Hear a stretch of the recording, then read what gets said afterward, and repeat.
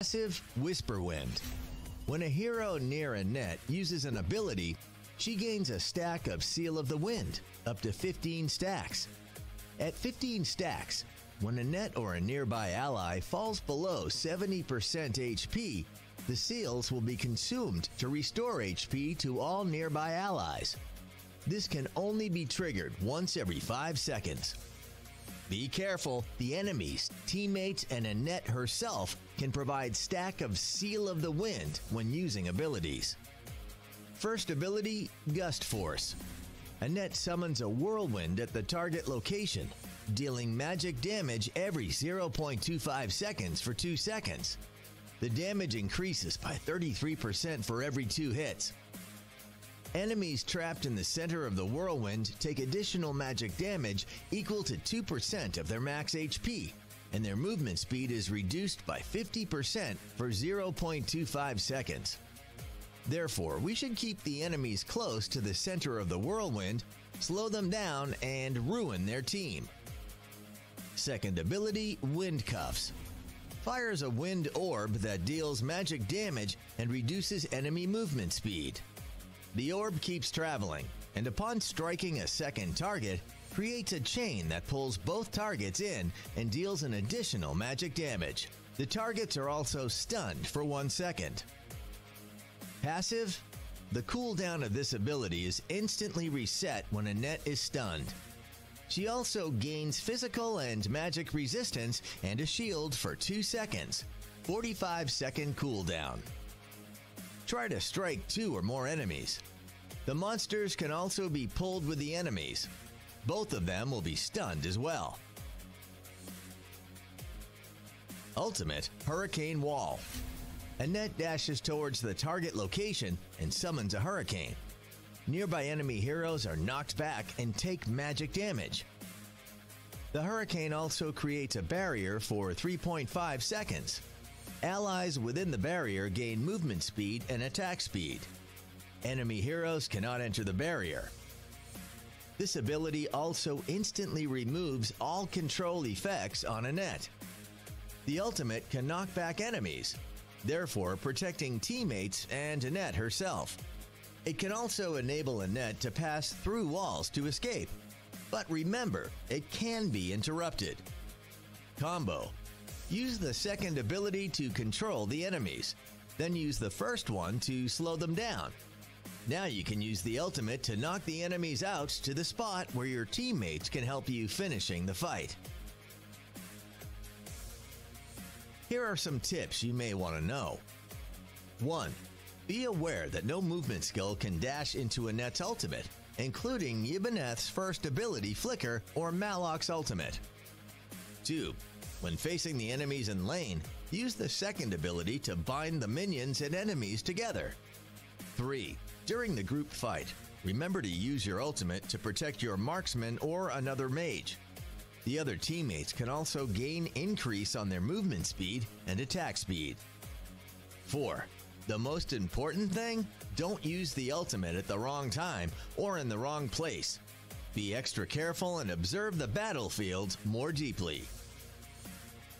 If you play support, learn the second ability prior to the first one. It's because you can take advantage of the cooldown reducing effect of the second ability. If you play carry, focus on the first ability more to guarantee more damage. Thanks for watching today's Hero Spotlight on a net. See you on the battlefield.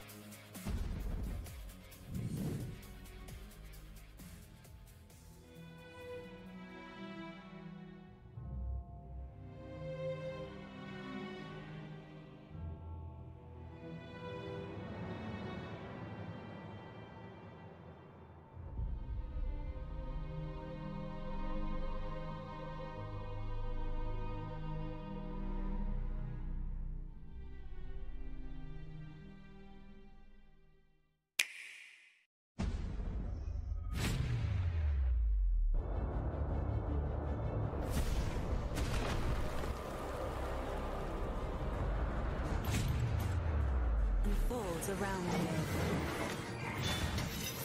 I'll let my fist do the talking. Welcome to the arena.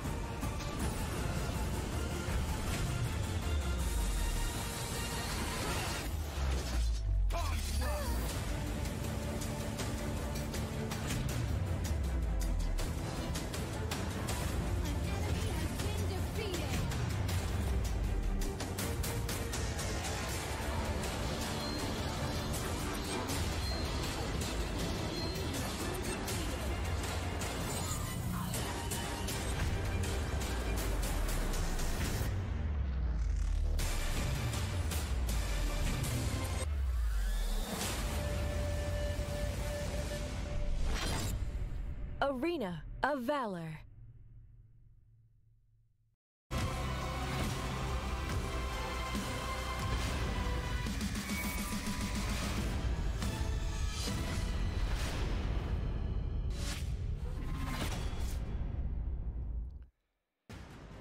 We saw ourselves with some long, drawn-out battles in the European region, and now it's time to see what Latin America has in store for us. Welcome back to the Intel Esports Arena, where we have Season 2 of the Valor series brought to you by Facebook Gaming. My name is Jump, and I'm joined now on the desk by the Sweet J TJ combo. The TJ, Sweet J, Billy J. Jump. J Jump. Never again. Or you're never putting a headset on again on my desk. I love his laugh. If you call me Billy J, I will. Just need to channel my inner Zen right now, because I'm going to start throwing monitors at him. He's or something. having a nightmare. It is. Well, you talk about nightmares. Let's talk about the nightmare draft. We mentioned it a little bit beforehand, but now we want to give you guys some fun opportunities for discussion, both on the Twitterverse as well as seeing what these fine gentlemen have available. Now, what we did is we wanted to test the skills and powers of the draft phase with these guys. So what we did is we gave them essentially 5 heroes that they are going to be playing against. As you can see, their enemy team will be from Slayer to Dragon. It is Ibenith, Slims, Liliana, Aram, and Marja. 5 very strong heroes, a 5-stack strong composition. And then what we did is we gave them essentially a pool of heroes to pick from, and then out of that pool, they had to then pick their strongest counter to potentially take this strong composition down. Now, without revealing anything too crazy just yet, what do you guys see with that composition that you're going up against that you considered when you made this draft? You're gonna test me?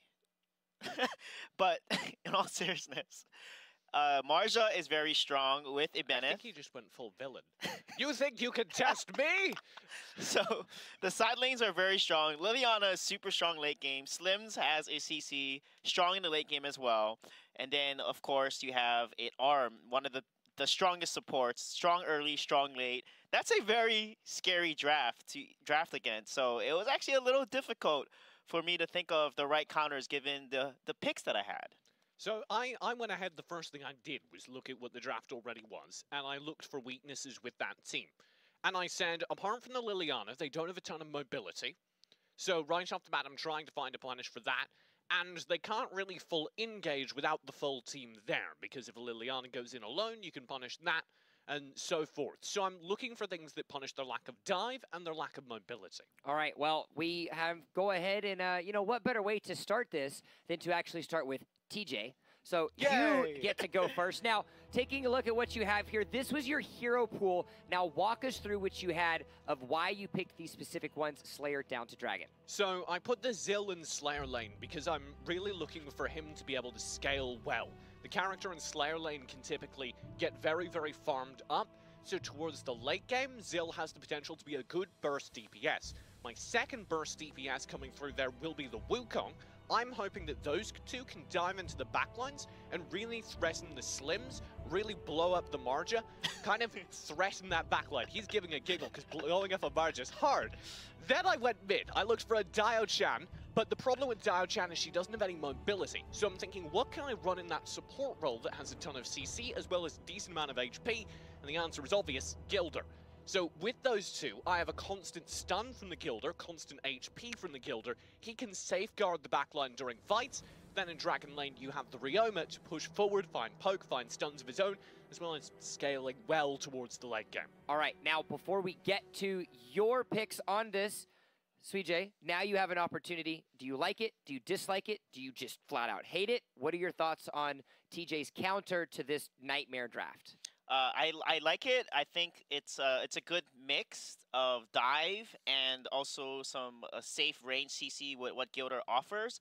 But I think it's a little execution heavy because you have 2 assassins that need to go in there. And if one of them gets Aram ulted by a That's snare... why there's 2. That's why there's 2. Because if the Aram snares one, there's a second assassin. Hey, this is TJ with the... If the first one's not going to get it, I got a fail-safe. You joke, but that was part of the logic. All right, now, we know here what TJ has. TJ, now that you have made your final assessments on this, let's move over to TJ's picks. Now, clearly, it is different than what you have of TJ. The execution heavy, you don't want the double fail-safe of 2 assassins. Walk us through what you decided to go with on how you wanted to counter this Nightmare draft. Yeah, sure. So I look at side lane matchups, mid lane matchups, early, mid, late game potential. So Slayer lane, I'm going to go ahead and put the Lubu there. He's going to lose against Ibeneth early, but once he gets level 4 and he has some lifesteal, he can trade against him. Jungle is definitely Tell Honest, because I'm playing the range game. You know, they got Slims. Well, guess what, Slims? Tell Honest got more range than you, and she uses her abilities, and she has a nice long-range stun. It actually is an AoE stun. Azincaw is a protector. If they try to get on Tell Honest, he has a lot of good abilities that can petrify you. He has a stun, he has a slow, AoE slow, he has a knock-up as well. Thane, full frontal assault. He also is good at protecting Tell Honest and keeping anyone off her. And of course, Ryoma has a beautiful Whirling Blade, long-range stun, and a slow from his Naginata Jutsu ability. And he counters Marja, so I'm going to win the Dragon lane, destroy them early because they have a weak game early, and then, you know, snowball it from there and just protect the princess with the arrow. All right, I'm not going to say anything about it because, no, you're going to like this. I'm not going to say anything about it because at some point later on in the show, myself and Enviram are going to give you guys our picks to this, but I will say 4 of the 5 heroes that I picked are the exact same as Sweet J. So, yeah, for this me. This is bias. This is he likes Gilder. He likes I'm just saying. I'm just happy. All Okay, right, now. So here's why you're both wrong. Right, so if you're running a composition like this, right off the bat, your plan is to put Telenas in jungle, which is objectively a bad idea, because Telenas does not jungle quickly, and then you follow through your protector for your Azenka in mid is a Thane. I can see where that's going, but he doesn't have ranged protection. The advantage, the reason I went for Gilder, especially towards the late game with builds I run, because I play Gilder, you can have that long-range stun up every 2 seconds. You can't have that with a Thane. He doesn't have range, poke, stun. So engage onto your Azenka cannot be stopped. There is no way to stop a push onto your Azenka. Here's my thought process, right? If Tell Honest activates her Eagle Eye, she slows that person. Thane charges in with Valiant Charge, knock him up. Lubu knocks him up. Ryoma's got another stun. Thane has a slow. Tell Honest has an AoE stun, right? Azenka has a knock up. And he gets petrified, and he has an ultimate slow. So whoever gets caught by Tell Honest is going to be dead. The problem, I think, even if it's a tree, like you. The problem, I think, is you're relying on the Telenas to land the Eagle Eye and sustain slow from it. Yeah, but she has more range than the whole team. Not more range than the Gilder. The Gilder has a I'm not playing against Gilder. Guys, has a pre-aimed stun with a longer range than an Eagle Eye. My draft's not against his draft. This was a nightmare draft. This wasn't an opportunity to give you a platform to just start talking about. Let me talk to you about Gilder. No. Many people believe that Gilder is a weak character. TJ, but actually, TJ, silence. No. You can take it to Twitter, just like they're going to take it to Twitter. Use the hashtag Valor Series. Share us your thoughts. Are you on the Gilder train? What do you guys think about these nightmare drafts? This is definitely some things that we're trying to do more of in the Valor Series, give you guys some insight on the analytical minds or the Gilder conspiracy theories, whichever you may choose. Make sure you guys share your thoughts with us. But jokes aside, let's get into some matches. We've got ourselves with 2 best of 2s in a Latin American region. Nova versus Synergy finds herself first on the docket. Following that, Assassin's Crew Worth versus INTZ. I know a match that you're excited to see, TJ, that we want to talk about a little bit later. But first off, Nova versus Synergy. What are we thinking? Yeah, can Synergy handle, honestly, Nova Synergy? I mean, the team has been phenomenal with SA overall moving to mid. Shaka is now on support. And of course, Sir Muster, you better stay in that jungle. Because when he plays jungle, they win a lot more often. And honestly, the whole team has assists of 8 to 9 the past games. They all have the same assist and participation rate. And that just shows and reflects the awesome teamwork that they have developed as a team. I want to give Synergy a hug. Because constantly it feels like they're almost there. And they're not quite able to make it happen. And they've had a really rough season, but remember that one win is against Geo Esports. So the idea that they do punch up, the idea that they are a team capable of upsets is definitely true.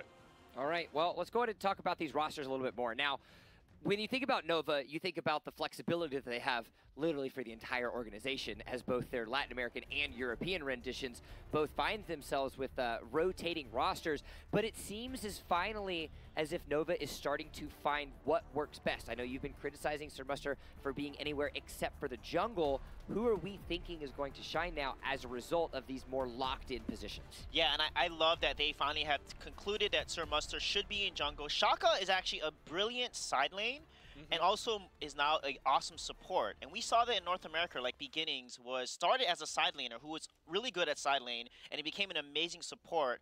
So I feel like it's not really about the role, it's about the player learning what is basically best fit for their play style. And Shaka is the person who likes to initiate, likes to look for opportunities as a side laner, and now as a support, especially his Mina plays have been just phenomenal to watch.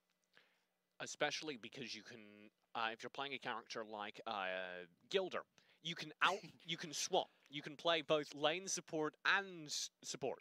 All right, well, anyway, moving on to our second roster. I'm not even going to warrant that with an affirmation. Let's talk about Synergy. You talked about how you wanted to give him a hug. I want to give him the thought process of love and affection, specifically towards Katarina, which has been one of their standout players in that mid position as long as he stays in good positioning. Yeah, that's absolutely right, and the key is how are they going to support Katarina and fight together. Synergy just takes a lot of fights just to fight, and they tend to lose a lot of those fights. And also they have to make sure that Vox is able to scale. Vox is the key to that team, and he always falls behind jungle significantly, and as a result, they really struggle. The other team frequently gives Vox hugs, and they're not nice. And if you can't protect your jungle, we've talked about this a lot in EU, it's more important in LATAM because many teams are very, very good at invading and protecting their jungle. If you can't protect your jungle, if he's consistently shut down, you will lose every game you play. All right, gentlemen, we've been talking a lot about this matchup, so let's go ahead and keep it short, keep it quick. Predictions, what are we thinking for this match? Oh, it's going to be Nova 2-0, decisively. Nova 2-0, but Synergy will try really hard. All right, well, you guys heard what they have to say. We're going to get ourselves started very soon. Don't forget, let us know what your thoughts are as well. Head over to Twitter, get those little thumbs working, #Valor Series. Tweet us your predictions, and let us know who you feel is going to win. Now, we're getting into the pick ban phase very shortly. I will not allow an explanation for this answer, but I have a question for you, TJ. Are you ready? You have one thing for the rest of your life. You can have Suijay or you can have Gilder. What do you pick? Suijay. All right, there we go. End of story. Nova is on the blue side. Synergy finds himself on the red. It is an Aram quick ban. It is a Valheim as a quick rebuttal. Yeah, so this is something that Synergy is going to tend to ban away the Valheim and the Ibenith, and sometimes they don't like Violet too. So Nova, on the other hand, they're going to change it up. They actually don't like Pyrrha. They don't like Aram, so I could see potentially a Pyrrha ban coming out, unless they want to take that away. But Synergy has always been banned Pyrrha against him, so I don't think that will change. Oh, they're going to ban Pyrrha themselves. All right, the Pyrrha comes through, and right off the bat, you've removed this CC on the Synergy side. Man, I don't know what. So you're really good at predicting drafts. I don't know why you're even trying with Synergy, because they always draft so strangely. Yes, they're the team that I have the most trouble understanding because they don't have any pattern. I literally look at every team's draft pattern, and Synergy is the most random of the teams. I mean, they draft Butterfly, they draft Zephyrs, they've Wonder Woman. I mean, there's so many different comps that they've run, from Yorn to Scud. I mean, it's amazing how diverse this team is and what they're willing to try out and experiment. And I think that's something that they need to land on, something, a meta, a team identity that makes them shine. And with that, Nova is going to take Violet, and Sir Muster is going to play Violet instead of Lindis. I just picture a Thursday night. Suijay's preparing for the Valor Series. I don't understand. He's got his corkboard wall. He's got screenshots of the Synergy drafts everywhere. Oh my God, Joker. You've got strings. I watch all their drafts. It doesn't make sense. He's he's got coffee stains all over the corkboard, and he's trying to figure out why the Joker. Why are you gonna first pick the Joker? Well, it is DC. I don't understand. It is DC all the way as Synergy locks in a Joker as well as a Flash. Now, opposing that, the Flash actually makes a little bit of sense. They have an opportunity to get to the back line of the Violet. It isn't quite too much out of the realm of possibility, as now it seems to be a Mala cover for Nova Esports. Yeah, I mean, with Joker being picked there's some good side laners that you can pick. like Marja or Zil, like you just talked about, that are magic damage that can Marja, what did I just say? That can easily counter the Joker. Malik is also very strong, so really surprising. Oh, they're gonna pick all DC characters. Synergy. Is that literally their draft? They feel like superheroes. It could work. If this isn't a Superman, I'm upset. They need Superman. The last person they need is Superman. Opposing them, this is a very strong draft. We get a net for the third time today. Maybe. And that would have been... Mina's really good against Flash. If Flash jumps in, easily can taunt him, and he's in big trouble. I want to talk about Mina and Annette, though, because I feel they kind of fill similar roles in the meta. Yeah, I think Mina is a great engage, and Annette also can be a great engage if you combo the Wind Cuffs with the Gust Force. And also we saw Hurricane Wall being used as a great way to CC and basically displace people towards your allies or in a really bad position. If people are hovering near a tower, as a Mina can Dark Dominion people in, and Annette can push them in with Hurricane Wall. Similar ult usage, similar results if you play it well. Now, of course, the Annette is much more difficult to make that happen on, which is why, as people are still getting used to her, they're starting to switch on over to the Mina. Yeah, Annette's a little squishier too. She actually builds more magic damage. Frosty's Revenge makes a really good CC. And are you going to pick Clark Kent, no other than the man from Krypton here, to finish off the full DC roster?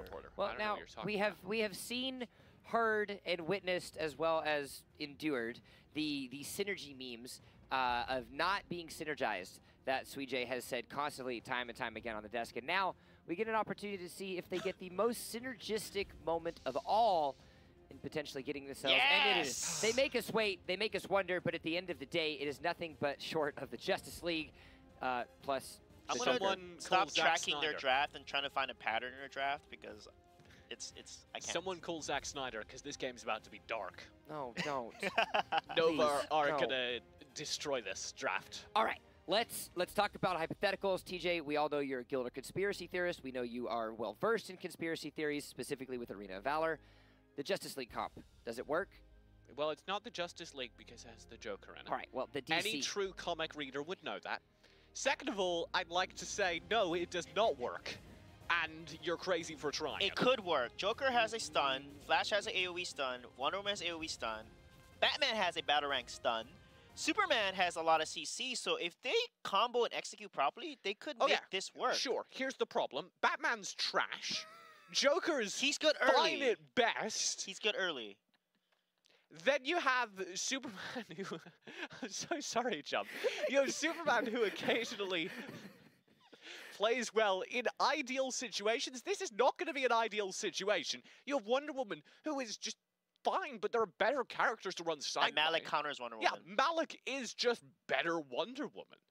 I really don't like this composition. All right, well then let's talk then about this Nova composition. It's clearly a composition we've seen before. Violet, Marja, Malik, Mina, Liliana. Nothing too far out of the ordinary. What are they looking to do despite the composition that they're going against? Let's talk the first 3 minutes. What is Nova Esports going to try to do as far as pushing their agenda goes? Well, all they have is Malik in the early game.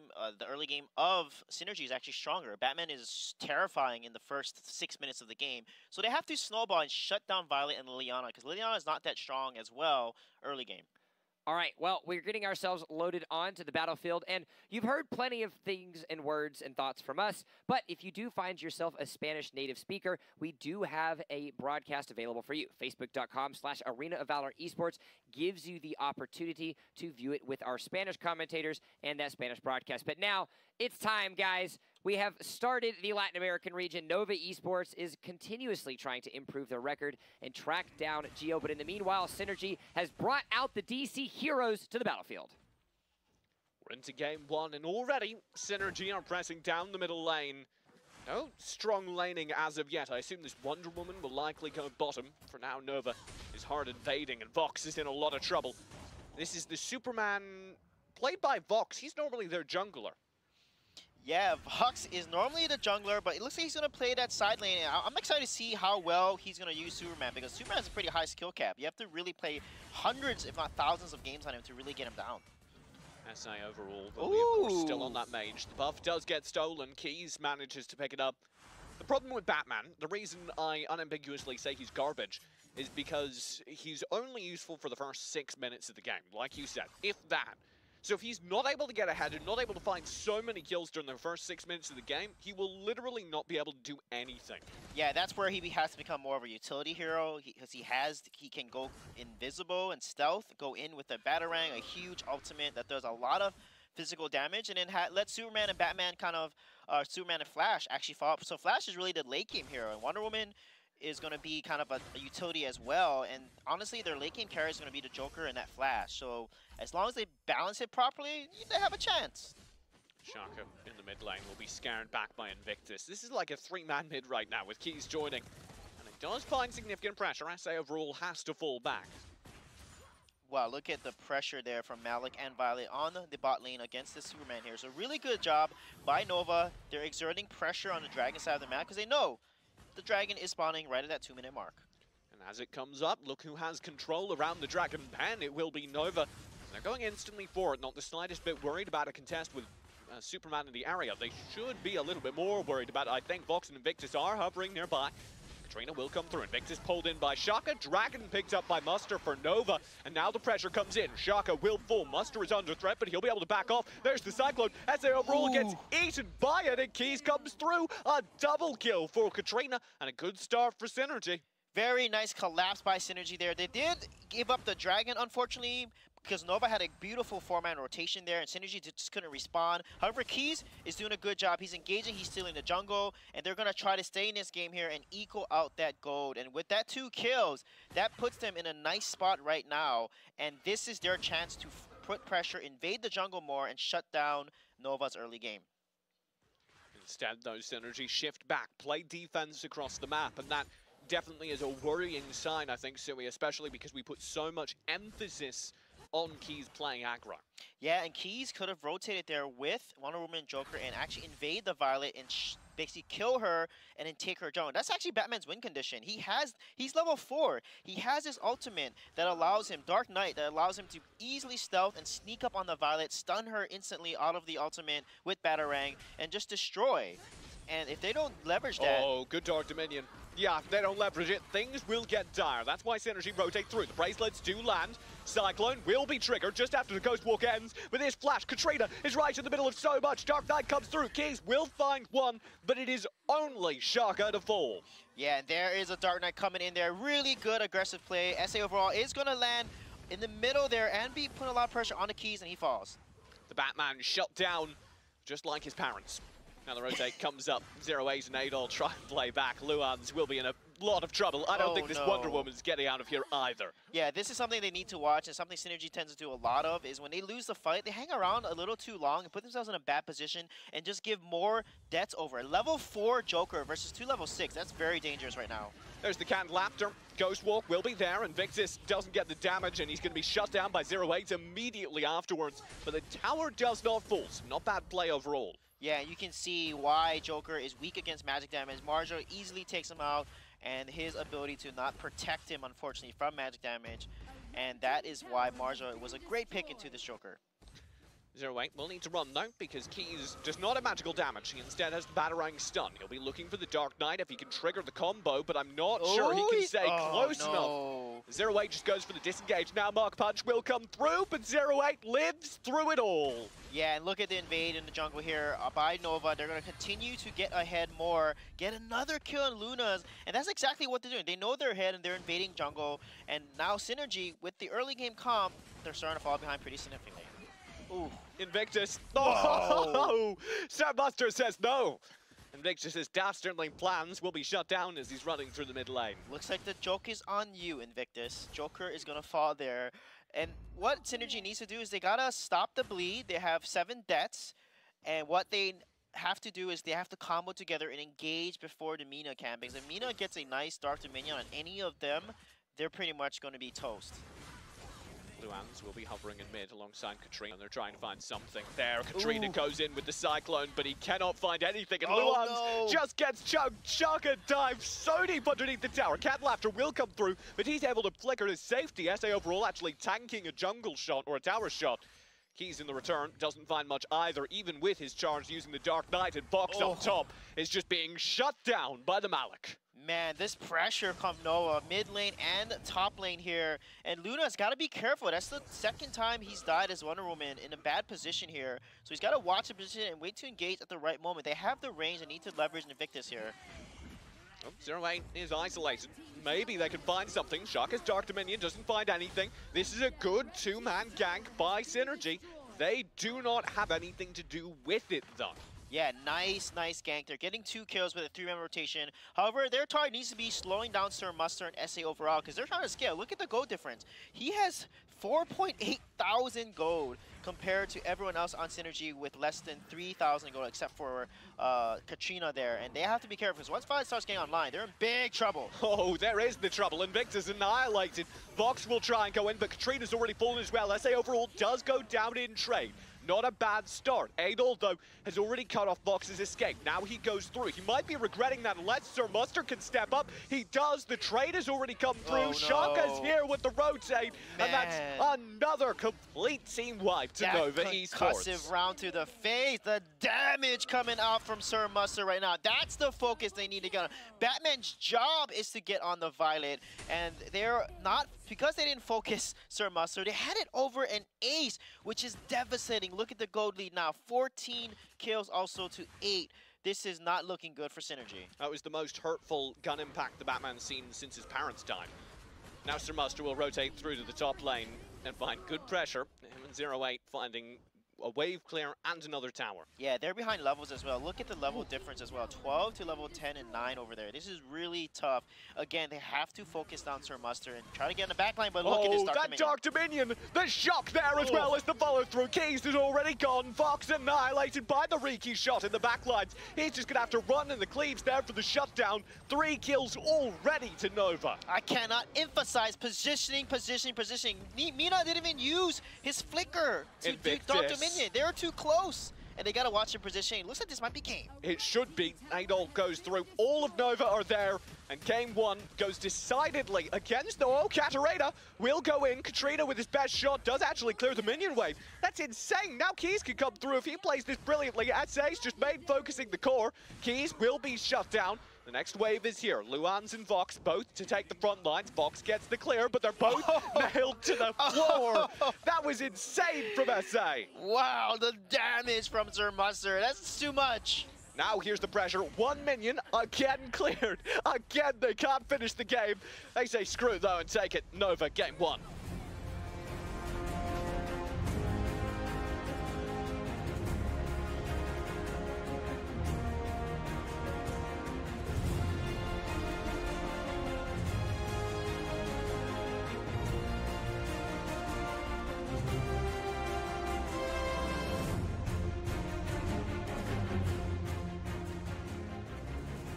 Synergy Esports enlisted the help of the Justice League and even decided to, make an amendment and add the Joker to the mix. But unfortunately, they could not stop the explosive movements of Nova Esports as they fall in their first game. Welcome back to the desk. I'm Jump. Of course, I've got the Sweet J TJ combination. Now, gentlemen, that was the hardest loss a Batman's taken since the loss of his parents. All right. Who will protect us now? Malik, the evil Marja, and the evil Mina have won over us in the entire battlefield. I don't feel safe right now.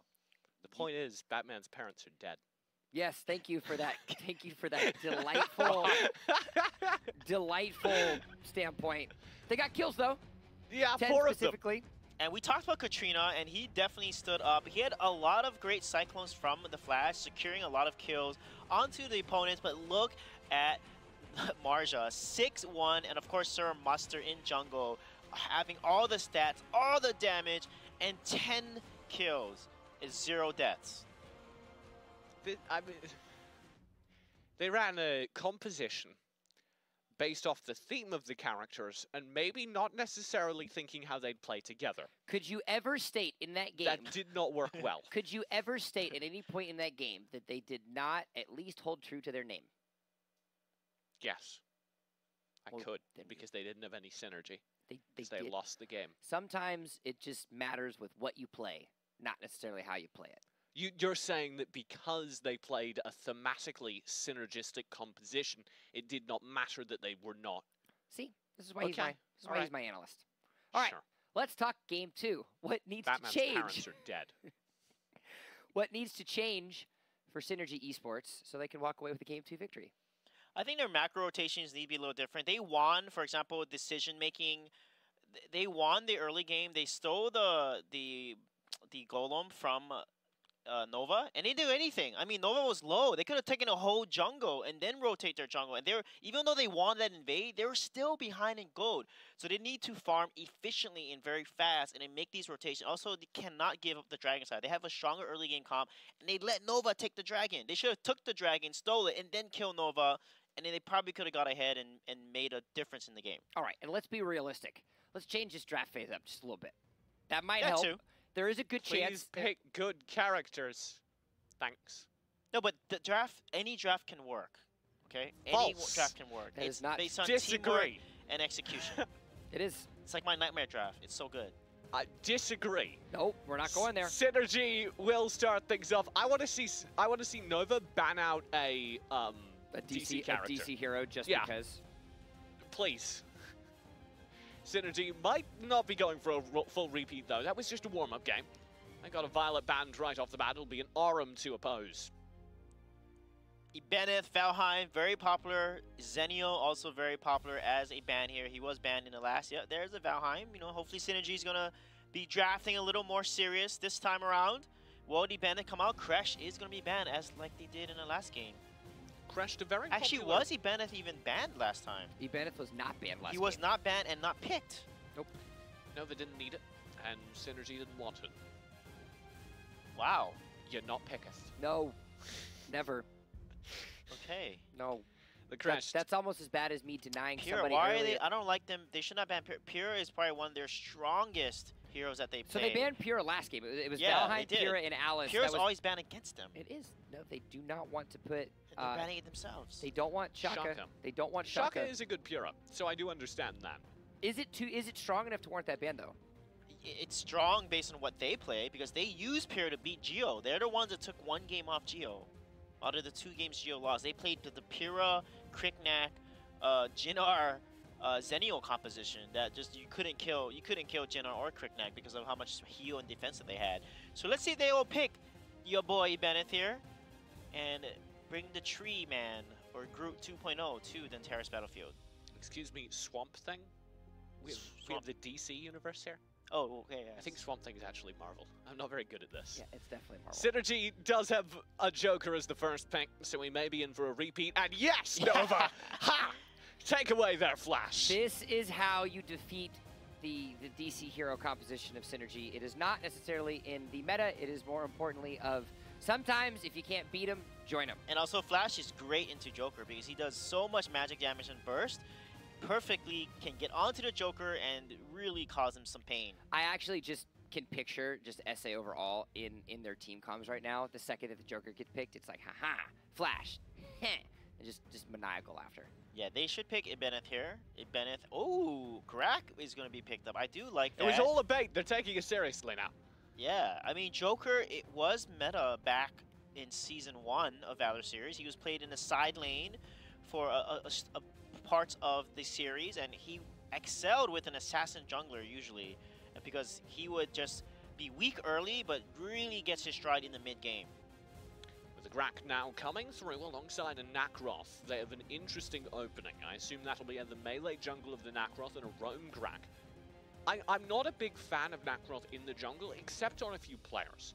He's one of those characters that is good, but he's only truly exceptional in the hands of players who have put hundreds of hours into it. Yeah, he's very hard to play, has a high skill cap, because his playstyle is very mobile. He runs around the jungle, he looks for picks, jumps in, does all of his burst damage, and it just jumps out to safety.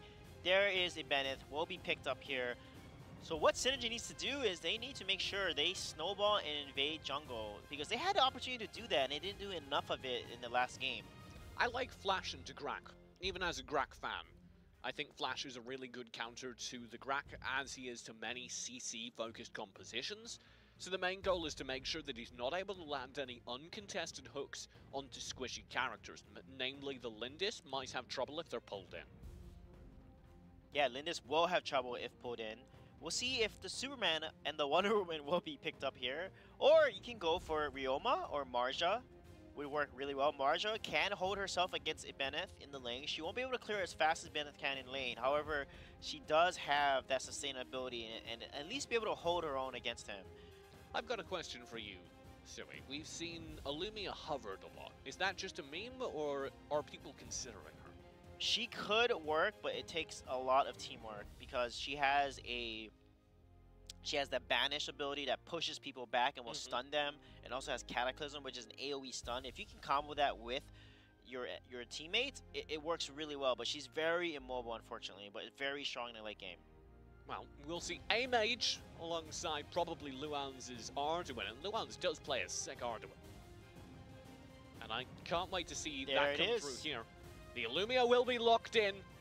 Arduin will be good as a follow-up for that. The final pick for Nova still awaits. I'd like to see them have some punish for this backline, but you can't go too squishy.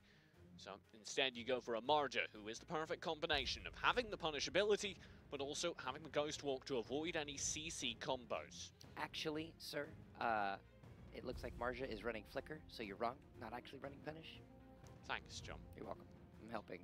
I mean, Sir Mustard's on Lindis. That's all I care about right now. And his Lindis is phenomenal. And Shaka is going to be playing in the side lane, so they are flexible here. Adol is going to play on this Malik. So who is really the support here? Are they playing Ibeneth support? I believe this is a Ibeneth support. 08 and Adol have been dignified as their, or designated rather, as their side laners. Now, Ibeneth as a support has been something that both of you have been kind of talking about as a potential option. I know TJ a little bit more than you. Do you actually feel that Ibeneth can find a place in the meta with him in that support role? Yeah, he has just so much CC. I mean, all three of his abilities are CC, and it depends on how Shaka is able to activate Redwood Rush and use it at the right moments to really put people out of in a bad position, and that's going to be key to Ibeneth in that early and mid-game phases.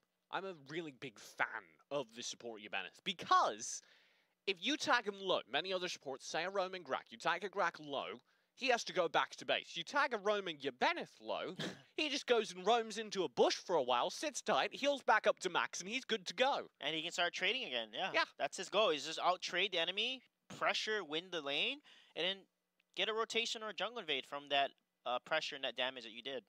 He can constantly be Yorundith. Annoying. Oh. Annoying. All right, well, if you have Spanish as a language that you speak, whether it be your first language or even if you have an intermediate level, we have facebook.com/Arena of Valor Esports, where you can listen to our Spanish casters, and you don't have to hear the Ibeneth puns, because I think if I hear another one, I'm going to bop-hith him away from the entire existence of this desk. Now, we're getting ourselves loaded onto the Antares battlefield quite shortly, and by shortly, I mean right about now. So, gentlemen, let's get ourselves right into it. We have a Grak! We have a Grak! We have a Grak indeed, as we find ourselves with Nova Esports up 1-0 over 0 over Synergy. All right, Synergy. Game 1 draft was a bit silly. Game 2, we've tightened it up. This is their opportunity to prove that they can make a Grak work. And I've been saying for a while, you can back me up, Sui, why aren't more people playing Grak? I love Grak. I mean, he has so much potential outplay, and late game too. If you get a good pull late game, even your 10K go behind, one pull can change the game in your favor. One good pull with his ultimate World Devourer. Invictus will be hovering in the jungle for most of the game in that roam role. Keys already finding some aggression on this Nacroth. He's going to need to rely on the high mobility. He dodges the branching out back into the bush. A hook lands in the meantime. Devil's Chain's connecting, but onto the flash. This opens up a path for Keys' escape. Synergy already looking much better. Yeah, I love how Synergy is playing aggressive here, putting so much pressure in the mid lane. That's going to open up the map for them to now play into their enemy's jungle. And I want them to keep this up. I mean, the fact that they're winning in the mid lane against the Ibeneth support, who normally can out-pressure you, is looking solid for the first minute.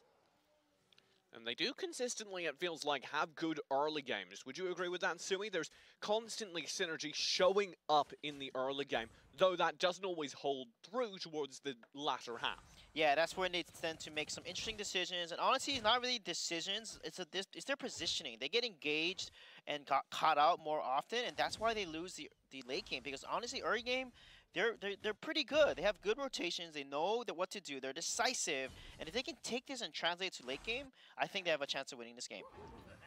Well, the one remaining DC character, Vox, down bottom, is going to get pummeled by the Flash. But in the meantime, the rest of Synergy group up. 0-8, the top laner for Nova, is obliterated.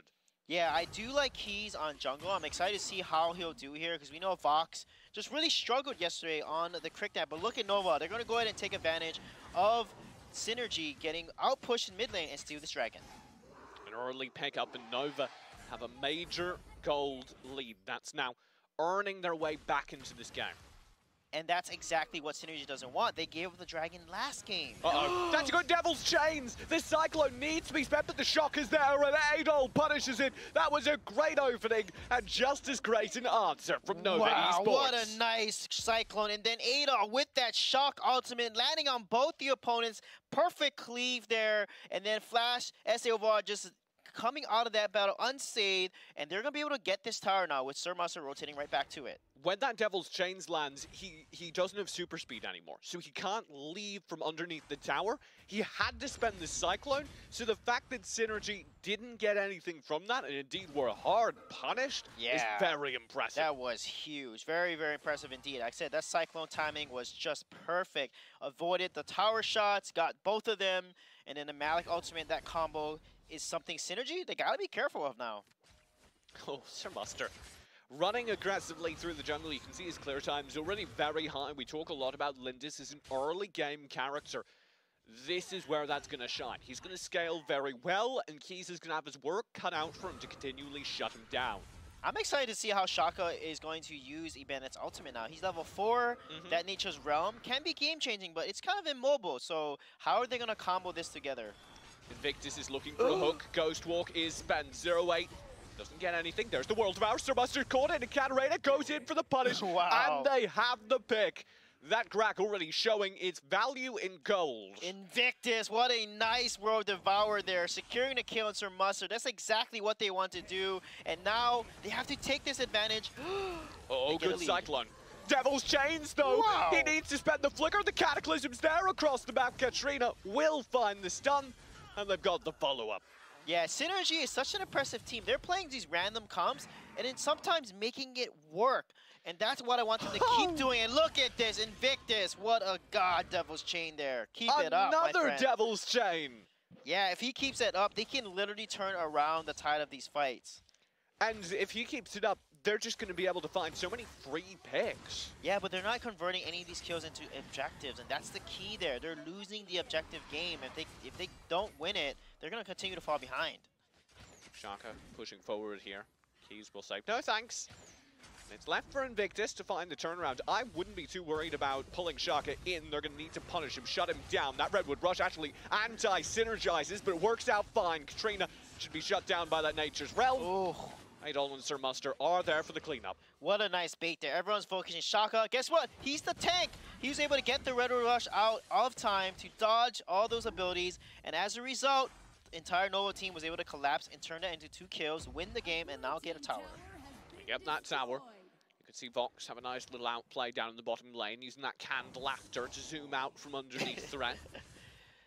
Unfortunately, the only player it feels like making a massive difference in the early game was Invictus. Luans is just going to be pressured under this tower, and he doesn't have the HP to survive it. He's a little low. He needs help. He might get killed here. If he hangs around it, yes, he will fall, and the tower will be taken as well. And that's not what you want. You want to try to take out that siege minion and sacrifice yourself for that tower, but it's a tower and a kill, and that's a negative trade for Synergy. I like the calling on these cataclysms. Across the map, Invictus says, hey, if you find a stun, I might find a hook. Keys in trouble here towards mid. He and Vox are duo-teaming Adol, but Adol's able to just solely through it. He's got the life to survive. Keys will need to bail out. There's the Mach Punch. Great timing on Keys' little dash to keep him up. Yeah, he danced away from certain death there in the arms of Flash. And Shaka trying to poke a little bit here. Look at Sir Muster, level 10 already in a huge lead against everyone's levels 8 and 7 and 6. Mid lane will be coming through. Sir Muster definitely demonstrating that early game farm potential we were talking about. Here he is. Keys melted by him. That's the opposing jungler. And Vox, he's overstayed his welcome as well. The entire Nova Esports team rotates through, and he is gone. The rest of Synergy are occupied up at top. Yeah, they gotta be careful. They always fall to these 3 to 4-man rotations by their opponent teams, and that's what Nova exactly there. Catching them out of position is the name of the game for Synergy, and they have to work on their positioning and protect one another. Luans will get wiped up top. Shaka doing such a good job clearing, cutting wave, gaining position. The tower is gone. Tower's gone. Oh, what a nice pull. However, there's no follow-up because your members are dead. They could have comboed the Cataclysm with those Devil's Chain there, and the Ward Devourer would have been perfect. Yeah, I think he actually got stunned out. He wasn't able to go through with the World Devourer as quick as he would have liked, and Shaka just disengages after landing the branching out. That one will connect. Shaka again pulled in, but he Redwood rushes away, and Nature's Realm as well to punish Fox. There was almost no way to save him. Yeah, there was definitely no way to save him there. And now Synergy, they got to take it slow now and stop the bleed with the towers because no one is on the bot lane. They're going to lose a tier 2 tower, and if they lose a high ground tower, that's going to be a very bad situation for them. Their overall map control is suffering here. Yeah, there's too much pressure everywhere, and they have to counter pressure. Shot goes in. Mark Punch already finds one. That's Vox to fall. The Cataclysm defensively will find stuns. Indeed, underneath the tower, there's the Devil's Chain. Dodged by the Ghost Walk. World Devourer off of the flicker. Shaka goes through it all. Hard committing with the Redwood Rush. They're able to pick up Invictus Keys. This is going to be devastating. The core's under threat. The minions have arrived. And Nova Esports are looking to close it out 2-0. They just need one more moment up here. There's the Cyclone to go through. Luans will try and contest. Redwood, or Nature's Realm, clears it up. And Nova Esports take 2.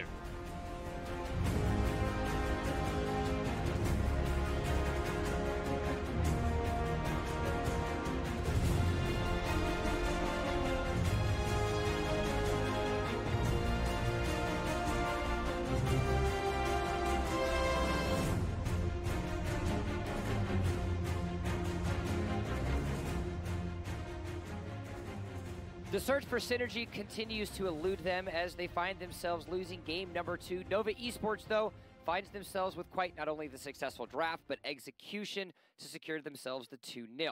Welcome back to the desk. I'm Jump. Of course, I've got the Sweet J TJ combo. Now, let's talk a little bit about this game. It wasn't as much of a fiesta, as you might say, in game number 1, but it still showed some signs of life and why Nova is so strong. Yeah, and Synergy, the first 2 minutes, they look good.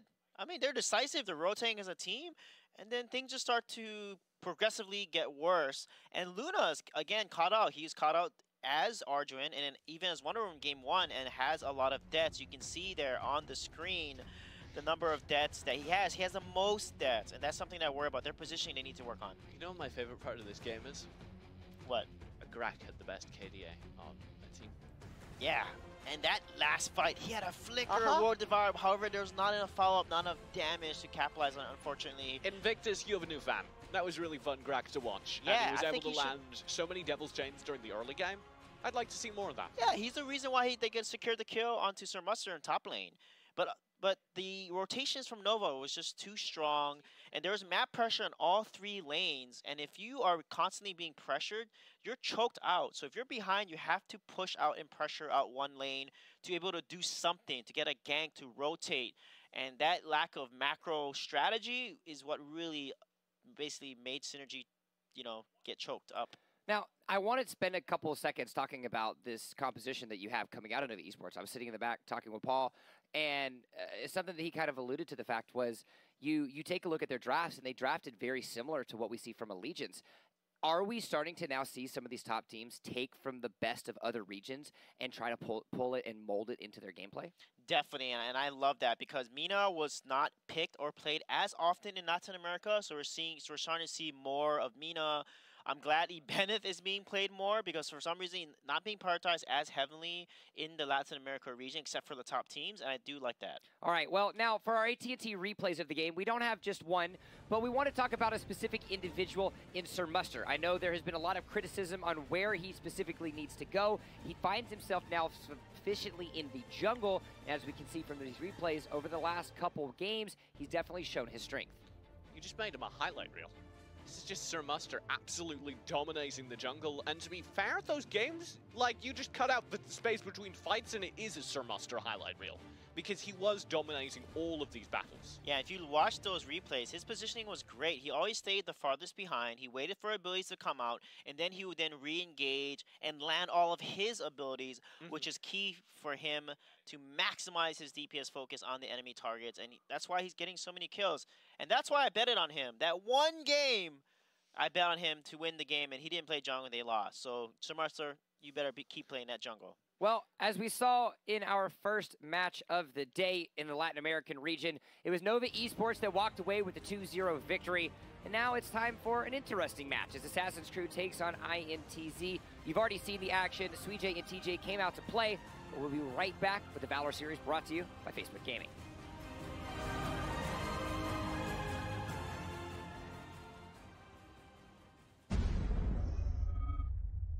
Thanks to the amazing HP regeneration of her passive and ultimate, Tara is one of the best heroes in Arena Valor with regard to sustainability. Because of this, once she hits level 4, Tara rarely needs to recall in order to recover HP. A fully built Tara with Amulet of Longevity can easily be the best tank your team could ask for.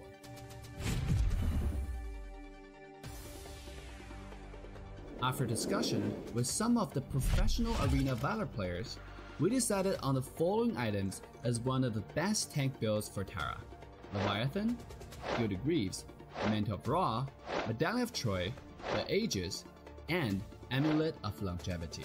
Today, let's focus on the Gali Amulet of Longevity and how it's one of the best items for Tara.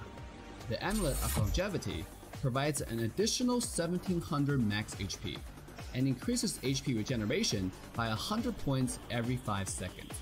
But the benefits don't end there. The Amulet of Longevity also provides 2 unique passives. The first passive increases all healing received by 20%. And yes, you heard that right, a whopping 20%. The second one increases max HP by 10%, which is just as impressive, and also a fantastic complement to the first passive. These 2 passives are simply made for Tara. They drastically increase the HP regeneration she receives from her passive and ultimate, making it harder for enemies who are chasing Tara across the map to take her down. All this extra HP also helps Tara's teammates to put an end to the game while Tara absorbs all the damage. As strong as Amulet of Longevity is, we recommend you not to buy it until the late game. Not only is the price too high to purchase early on, but you will also not have enough total HP in the early to mid game to take advantage of this item's passive.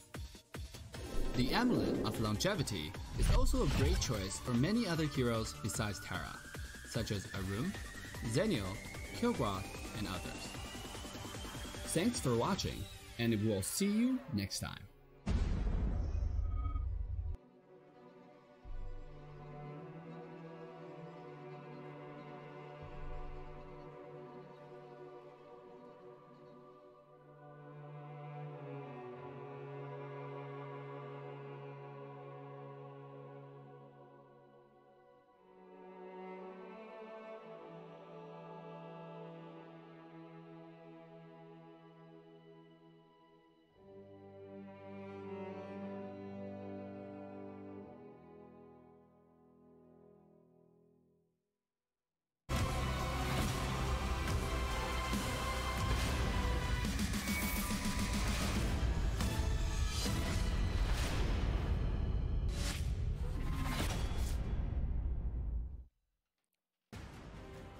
Well, it was all about the Fiesta in match number 1. We took ourselves the Sword Siesta, and now it's time to come back to the Valor series.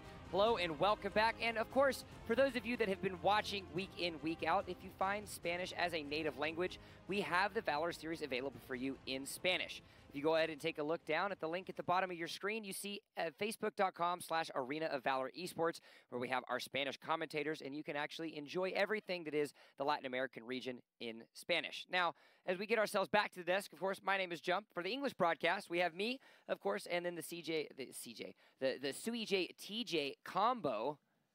Hello. Lil J, that can be your name. Oh, no. Lil J, that's not my rapper name. With rhymes like that, I think you need a rapper name. It's far past time. All right, let's talk about our second match of the day.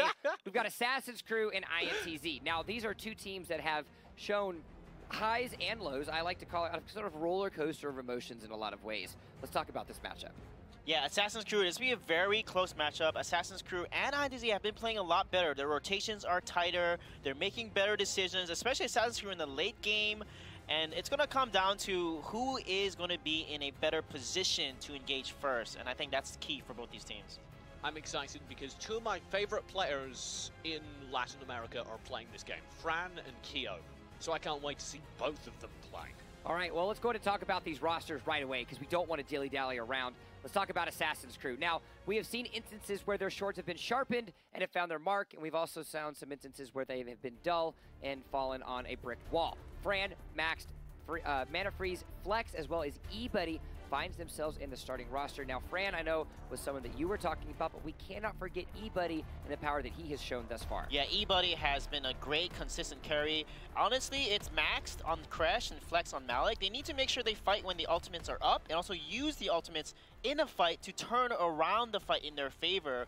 But they put themselves in a pretty tough position at times where they have to use it defensively. And Fran as well, he kind of doesn't know when to go in and is always just consistently aggressive or out of position where the enemy team can easily get onto him, which is what happened to them previously last week when Ibeneth was able to get onto Fran in the backline and just blow him up as that Finnick. However, his Finnick is great, and that's the key is they need to leverage the win condition of Finnick and shove the early game and snowball it from there. There was one clip during one of their games where Fran was just able to kite. And the entire enemy team was pushing in, and all of the tanks were there. Maxide, everyone was playing that front line, and Fran was just able to roll back and roll back and roll back, laying out damage the whole time. If you can do that, if you can stop people from getting to Fran and just keep them up within range the entire fight, there is literally nothing that can beat you. Well, while he's trying to roly-poly-oly on his side of the battlefield, let's go ahead and take a look at INTZ on the opposite side. Now, this is a team that showed promise, showed success, and control in their matches yesterday versus Synergy Esports, but they need to ride that momentum because inconsistency has been an unfortunate factor for this team. Yeah, they did look good against Synergy yesterday, but Synergy is kind of on the downward spiral. But INTZ did show a lot of promise in terms of their macro game, and Keo has been really stepping up in that support role. He's the one that's initiating and helping set up a lot of the fights there where INTZ was able to capitalize on Synergy's mispositioning and be able to decisively take both games. I'm generally a major fan of support players. Keo is no exception. When he's playing well, he is the reason his team wins, especially his Pura play has been stellar. All right, well, we have seen a lot from both of these teams. INTZ riding the momentum high of yesterday. Is it going to be enough? Predictions? I think in this matchup, Assassin's Crew will take it 2-0. I'm going to second that, but begrudgingly. I do think INTZ, after yesterday, definitely can show up here today. I think it is a 2-0, but there's a decent chance we end up with a tie or better for INTZ. All right, well, just as we see, I'd say, a unified desk, almost not really, because you gave... I still agree with Okay, him. look, just because you're sitting in Paul's seat doesn't mean you can give predictions like Paul. I agree with you, but I mean, it could really go either way. A team could win, but a team's probably going to lose. Yes, there we go. Now you're channeling your inner Invirum. Head over to Twitter, use the hashtag Valor Series. Let us know who you think is going to win. You've got Assassin's Crew, you've got INTZ. Let us know in the comments. We'll potentially be bringing some of those on the broadcast at some point or another. Now, getting into the pick ban phase, we find ourselves hopefully with a more normal draft than what we saw in match number 1. As a result, I know Annette is a hero that we're going to keep talking about while she is the newest one to grace the battlefield. Showed a little bit of presence, not as much success over in Europe. She has found not as much success over in Latin America, but will we see her today? Yes, because NA showed her off yesterday, and she was phenomenal, especially in the hands of no other than Mr. Jacob Beginnings himself. And Pure being banned away. Keo, sorry buddy, you can't play the hero that you love so much. Zenio being banned, Arm will also be banned. Ibeneth and Valheim are the next priority bans that will come out. I'm wondering if Assassin's Crew might do like a first pick Irie, because they do love Irie, but I know she's fallen kind of a little out of the meta as of late. My big thing to watch is how do Assassin's Crew run their protection squad? If we talk so much about Fran, if we set up Fran as the key target, Valheim. What is it that is protecting Fran during these fights? Yeah, and I think with Fran, they have to pick like heroes that are tanky. Like Arjun is perfect at Valheim. That's actually their pattern. They ban Pyrrha, Zenio, Valheim pretty often on the A side. INTZ likes to take away Crash. Arm is going to be banned here, and of course Bennett, but Arm is definitely going to be the ban here. And that means Assassin's Crew can go ahead and first pick, if they can first pick actually either Chognar or Irie or even Violet. I think they'll probably first pick that Violet if Arm is banned here. Violet looks really good, but Fran is really good in Phoenix, so I don't feel like they prioritize the marksman in their draft, and they rather prioritize the side laners first. The Arm will be dropped out, can be played in the side lane, so definitely not far off the mark, if at all. Now the Assassin's Crew need to start their draft. Are you putting as much emphasis as I am on Fran getting his Fennec? Yeah, because INTZ is not going to play Finnick. Violet's still open. Linus is still open, so they can still pick Finnick. That's probably his best hero. So they're going to either get Omen or they're going to get Irie here, because those are really strong. Oh, Annette. Oh my goodness, we just talked about Annette. Annette is open, and that's a great pickup as a support. Previous South American teams haven't really run Annette to her greatest potential, though. It definitely seems like the Latin America region is still trying to put together how to build her, how to run her. So I'm going to be interested to see if Assassin's Crew can take it a step up. So I think that's honestly the only obstacle that stands in the way of Annette finding success specifically in Latin America. This is something we talked about heavily, TJ, in the North American region. Offset was specifically in that Latin America has built Annette much tankier, whereas North America, like what you have really realized, Sweej, is that they understand that you need to build some of those magic damage items on her. After yesterday and them hopefully watching some of the North American region, if they do decide to build her with that magic damage, there is a chance that they do find more success in this region. Exactly, and that's the key is Enchanted Kicks, the Frosty's Revenge. She has so much CC, and look at this. This is a very high engage and also good CC composition there with Arjun in the side lane with Jinnar, and they're going to play Finnick because Jinnar is a good protector for the Finnick. However, Malik has a great shock ultimate that can easily disrupt Jinnar's ultimate and anyone that's there, but Annette's Hurricane Wall can stop it. Previously, whenever we've seen Mixer J in the roster, they go for an Alice. That's not a terrible Malice Alice. Okay. That's not a terrible composition with what they have so far. If you can set up that home base, come through with the Liliana, come through with the Violet, I really do like that as a setup. And I think it'll work especially well against Assassin's Crew, who are running more of a Death Ball engage style composition. They're going to have to go over those hissy fits. Now, I do want to consider what Assassin's Crew's positioning is going to be as well. You think about the synergy that you bring with Annette and Jinnar in the sense of playstyles that they have as heroes as a whole. I want to see how they're able to execute this, but you're right. INTZ now locks into Liliana as well as the Omen. We are seeing a textbook-style team composition coming out of INTZ. I wonder if they're going to take Slims here or Finnick, because they're both very strong. Kriknak would be very interesting. I haven't seen Fran play a lot of melee heroes. If they're predicting the Alice coming through, then Nakroth and Zuka? Having Assassins to shut down backline would be really important. Yeah, however, if they all engage at the same time, Malik Shock Ultimate's going to hit all of them. So they have to be very careful there. And Omen can easily lock down whoever's trying to get onto the Violet. And it will be an aggressive dive composition with the Jinnar as well. Do you pick a... Yeah, I was going to say, this is the advantage of saving that Alice to be a final pick. Yeah, it sure looked like they were building an Alice, but once you pick double Assassin, you just swap over to Amina, and sure, maybe it's not what you were thinking, but it certainly is much better against that. All right, let's look at this composition from Assassin's Crew, though. This is what, in a lot of instances, TJ, you like to call this kind of high mobility composition in a lot of ways. They've got the ability to go in, they've got the ability to dive, but they don't have the hard front line outside of that Arduin.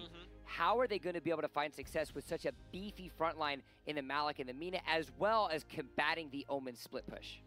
Yeah, they actually want to split push. They want to shut the Omen split push down because INTZ's comp is so much better late-game team fights together with the Mina, the AoE damage from Violet and Liliana actually, and Malik. So they want to actually they don't want to fight 5 versus 5 because INTZ has the advantage. The Assassin's Crew wants to split push with Zuka and Kriknak so that they can basically sneak and flank INTZ and get some kills onto the carries, because if they all bunch up, they're asking to be Malik Shock Ultimate and all the other AoE damage coming from INTZ. I think it's all about the success of the Assassins. If you're able to get into the backline, burn down the Violet, burn down those players trying to set up, then things look good. Unfortunately, you are putting an awful lot on the success of that Kreknak. And if the Kreknak goes in and is destroyed, you don't have anything left. See, the way I look at it actually is I look at Jinnar as a scapegoat because we've put so much emphasis, we put so much focus on Jinnar as that diver, as the one that's going to flicker in, pop the exuberance, and try to get that AoE damage. But now that you have a Zuka and a Kreknak, Latin America is the best region at creating flanking opportunities for themselves. If you prioritize the focus on the Jinnar, you force INTZ to maintain their focus on that single target, that gives an opportunity for the Zuka and the Kreknak to get themselves around. So that is a viable opportunity. It does place a lot of reliance on the Jinnar to essentially stay alive long enough so they can kick those flanks. But if the Zuka, if the Kreknak have an opportunity to do that, they could find themselves some success. We will see just now. I went on way too long of a rant, but it doesn't matter because it's theory crafting, and that's what the Valor series is all about. Assassin's Crew versus INTZ. Suijay TJ, take it away. I do like what Jump said, though. Jinnar could be that distraction. If he gets onto 5 heroes, he has so much damage reduction, and Annette, her Whisper Wind passive can give him some extra heals. But look at this already. INTZ getting aggressive onto Max. Yeah, Maxine just needs to run away as... Ooh. Oh, there's a great Death's Beacon coming through. Sit down. That's a hell of a way to start the game if you're in the INTZ camp. Yeah, that is devastating. However, Assassin's Creed will trade, though, so playing pretty smart here. First Blood is going to be First Blood. It is what it is, and now they just need to keep farming to catch back up on that lost gold. And we were talking about the Jinnar. If there is one Jinnar player who you can rely on to find opportunities, oh, yeah, it would be Ibuddy. He is the one with those flicker exuberance ultimates there that just there's so much. Oh, look at that, Zuka! Getting a kill onto Omen. Be like, oh, avenge my friend, Flex said. And Mano Freeze already looking better than any other Annette I've seen. That was a great win cups Gust Force combo just to start things off. And that's the key with Annette. And the beauty is she has range. She has her passive that can heal you and give more sustain in the lane. And INTZ, again, they're doing so much better with these 3-man rotations, Cap, but look at this. Assassin's Crew as well. They're understanding the importance of securing those Vision Seagulls, and they're being able to catch up back in the gold here.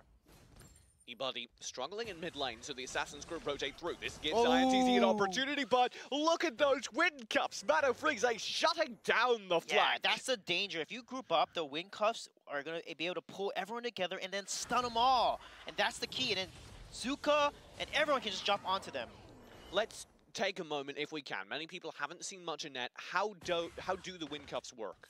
Yeah, so basically if there's units around and the wind cuffs hit them, it'll bounce to those units and then pull them all towards the center of where all the units are going to be. So it'll displace them towards each other and allow you to land a lot of CC and AoE damage onto them. And that's why it's dangerous to group up. Fusion will go in now for this first Abyssal Dragon. Fran does find an opening. Maxine and Mano Freeze all in the mid. That's a great Hurricane Wall. Mano Freeze splits the fight, and anybody's there to knock it down. INTZ win a dominant fight, though they do lose the Dragon. Yeah, they will trade 1-1, but what is Flex doing? They need you. Flex, you can come in there and engage onto the Liliana, but you're going to come too late. He's going to be able to make it. Good engage. Panda Chariot, but Mist makes it to the safety of the tower. Flex actually walks away with max HP. He didn't take a hit there. Yeah, Flex waited in the river, but she should have just rotated immediately. He could have easily got the kill onto Violet and Liliana with the 3 other members of Assassin's Crew. That was, I think, a missed play by Flex by waiting in there for no reason. And this is what I talked about. He's got to make sure he's contributing to these fights. MixRJ needs to run for his life. That will be a great engage. Double Death's Beacon. There is no way to stop that. Flex is gone. Keo and MixRJ are quite low, but there's no punish to finish them off, and they've already lost so much. Mano Freeze barely makes it out using the Hurricane Wall just for mobility. Yeah, that is a devastating turn of events there. They were engaging too hard. Once Ibuddy used his ultimate and did not land it on to RJ, they needed to just back off, and they basically fought a losing fight. And as a result, they were punished for it and gave up another kill. We talked about Fran setting him up as a key component for this team's success. Do you think that's true even with this Kriknak combo? Yeah, I haven't seen him do a lot of damage. Again, Kriknak does so much DPS, so he has to be able to get in there. Here's the minion wave Ooh. arriving in the mid tower. E-Buddy struggles given the Liliana zone. They don't get the wave in time and that mid tower is gone. Fran does rotate through, the man of the hour. Doesn't find any opportunities to engage. Yeah, their key is they have to support Zuka, Kriknak. They just have to go in there, burst down the hero before Kyo can respond with a Dark Dominion or any type of CC from the Malik as well. They need to just basically blow up their target that fast. Here's Fran to do so, but doing barely any damage. Nevertheless, they will find the kill on Fusion. The rest of the team from INTZ does come through. Dark Dominion again. Mano Frieze is destroyed. Yeah, that was such a nice Dark Dominion by Kyo. And again, we talked about Kyo making such a difference. He's initiating, he's setting up these fights, and look at him. Levels 7 and 6 here, and they're getting ahead slowly. And I'd like to talk about that exchange, because you do lose Malik for it. It may not be worth taking out the opposing support. Go in! Here's the fight on Abyssal. Dark Dominion again. Kyo does survive somehow. He'll finally be shut down. Fran finds good pressure in the meantime, though, but Mist baits him in. Now E-Buddy might be overextended as well. The shot comes through. He has to run towards the Riki shot, and it will connect. He's gone. Wow, that Riki shot combo and that dodge from E-Buddy, however, wasn't enough, and INTZ again turns a fight in their favor. 7-4 now in the kill scoreline and a 1,000 gold lead. That's a rough start for an Assassin's Crew team that I feel has been doing relatively well. Yeah, again, it comes down to team fights. I feel like INTZ is just better at executing their team fights, and the difference here, Fran is not making a big difference on Kriknak. He's not putting in enough damage, I feel, and that's the difference maker there. Now Mano Frieze and Maxi both rotate down bottom to stop the INTZ pressure onto their tower. But having already lost the mid lane, they're struggling, I think, to hold on to jungle pressure at this point. Yeah, and Kriknak is behind and go. 2.6 go to almost 3k on this Valor. That's not what you want on Assassin comp. You should never, ever be behind your opponent marksman as an assassin there. Your job is to snowball, invade jungle, and look, the opposite is happening. INTZ has this jungle on timer. They're constantly invading and taking away the red, which slowly gives them a lead bit by bit. Yeah, because not only when you take away gold from the enemy's jungle does he go to you, but Fran can't pick it up. He needs to take risks in order to get it, such as invading here. Mixer J has made this call out. He'll go in. Death's Embrace does land. Fran is trapped in there. There's Flex. Ooh. Mixer J just leaves. Disengage. It might not be enough. There's the drone drop. They have the kill regardless, but the full rotate from INTZ comes through. They'll take the bot lane instead. Yeah, very nice trade there, but I don't like how Fran is playing. You have Flex going in there and engaging so hard, and as Kriknak, he actually hesitates. He doesn't go in, and he needs to auto-attack. He needs to go in and follow what his teammates are doing. If Fran continues to play like this in these team fights, it's going to cost him these fights. The rotate to mid comes through from INTZ, but they've already taken the tower there, so instead, it's just going to be Assassin's Crew getting their first tower of the game. INTZ drift back towards the Dragon.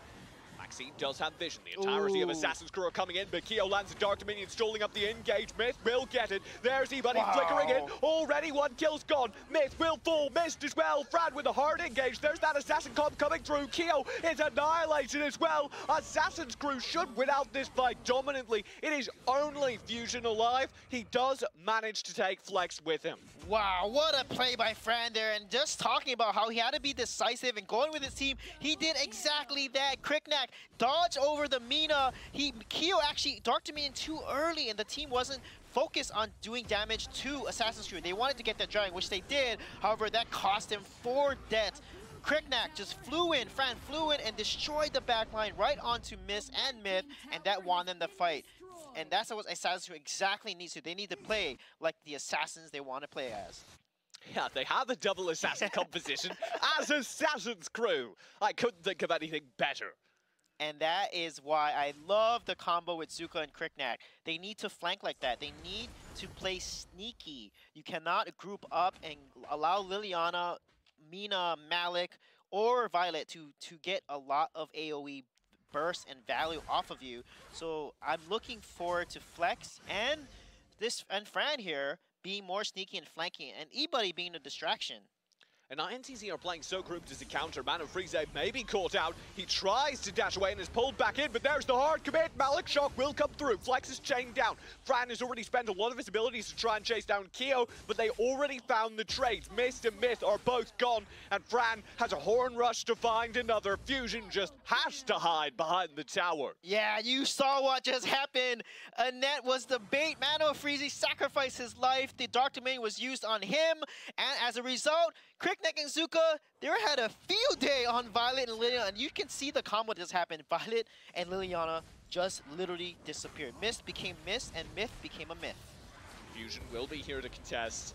Darkslayer is up for grabs. E-Buddy tries to slay the player contesting. Fran does get the Darkslayer. He's very low, but Fusion will fall. What a turn of events. Now they have the gold lead. Now he is more fed than the Violet, and this is not what you want to happen as the Violet. With Crickneck building so much burst damage now, and you have no armor defense. Liliana and Violet have 0 armor defense, so they have to be super cautious now. Zuka and Crickneck can literally blow them up in less than 1 second. Assassin's Crew are playing so defensive with that said, Yeah. though, and I really don't like that.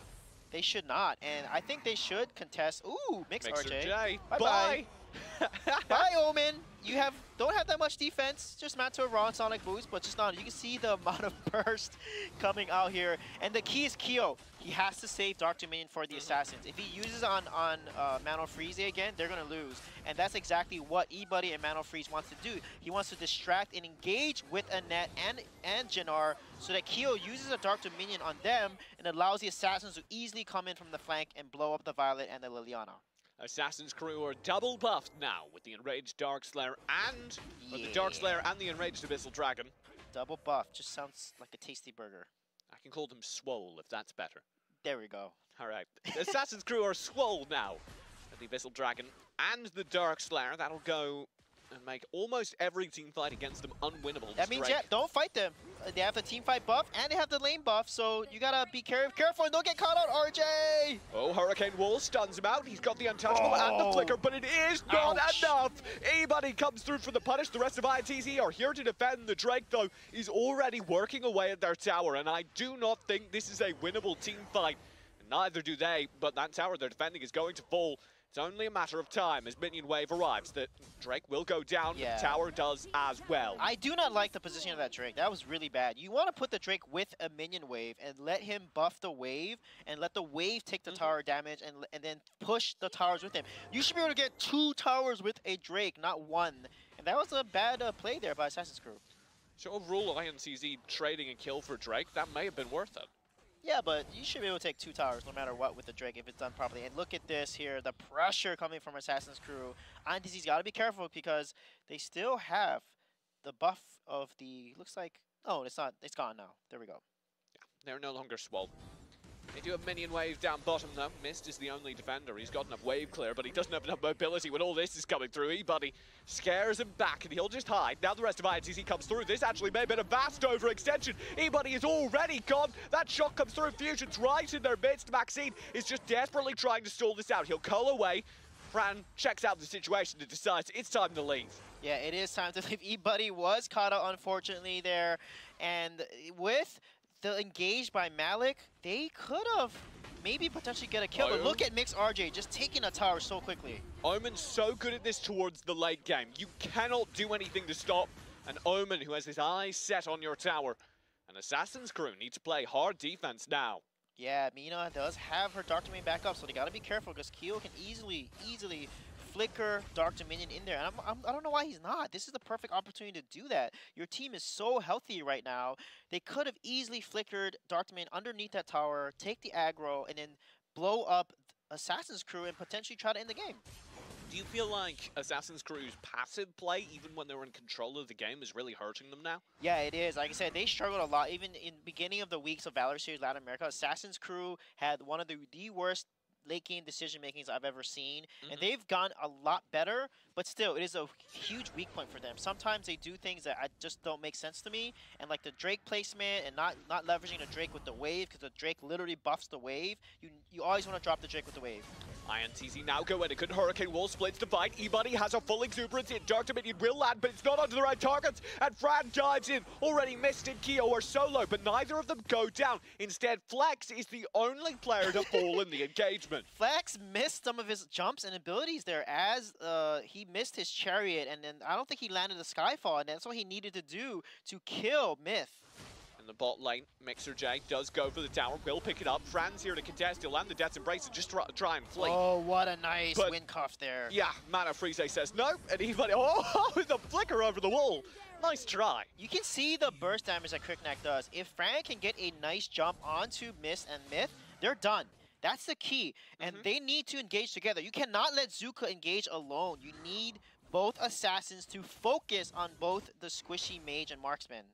And Mana Freeze is a key part of that exchange, I think, because he has such good setup tools. Yeah, look at his health. He has Wind of the Essence to offer that barrier, that protection. He has Aegis as well to slow down that attack speed. Arjun as well can engage as well. Ooh, look at this. There's the Hurricane Wall, the Man of the Hour going full in. Keo will be a threat as well. There's the shock and response. E-Buddy flickers in aggressively. He may regret that. Keo will fall first. The Dark Dominion not saving his life. Nice! And Flex, the double team in the backline. Myth and Mist are gone. It is only Mixer J, the split lane, to survive. And he is in a lot of trouble as Assassin's Crew arrive. Omen is not there when he needs, but Flex, that flank was so beautiful from Zuko. He hit and destroyed Myth and then jumped onto Mist next. Mixer J needs to defend. All 5 players are knocking at the door, and now they'll take the core. Assassin's Crew take game 1.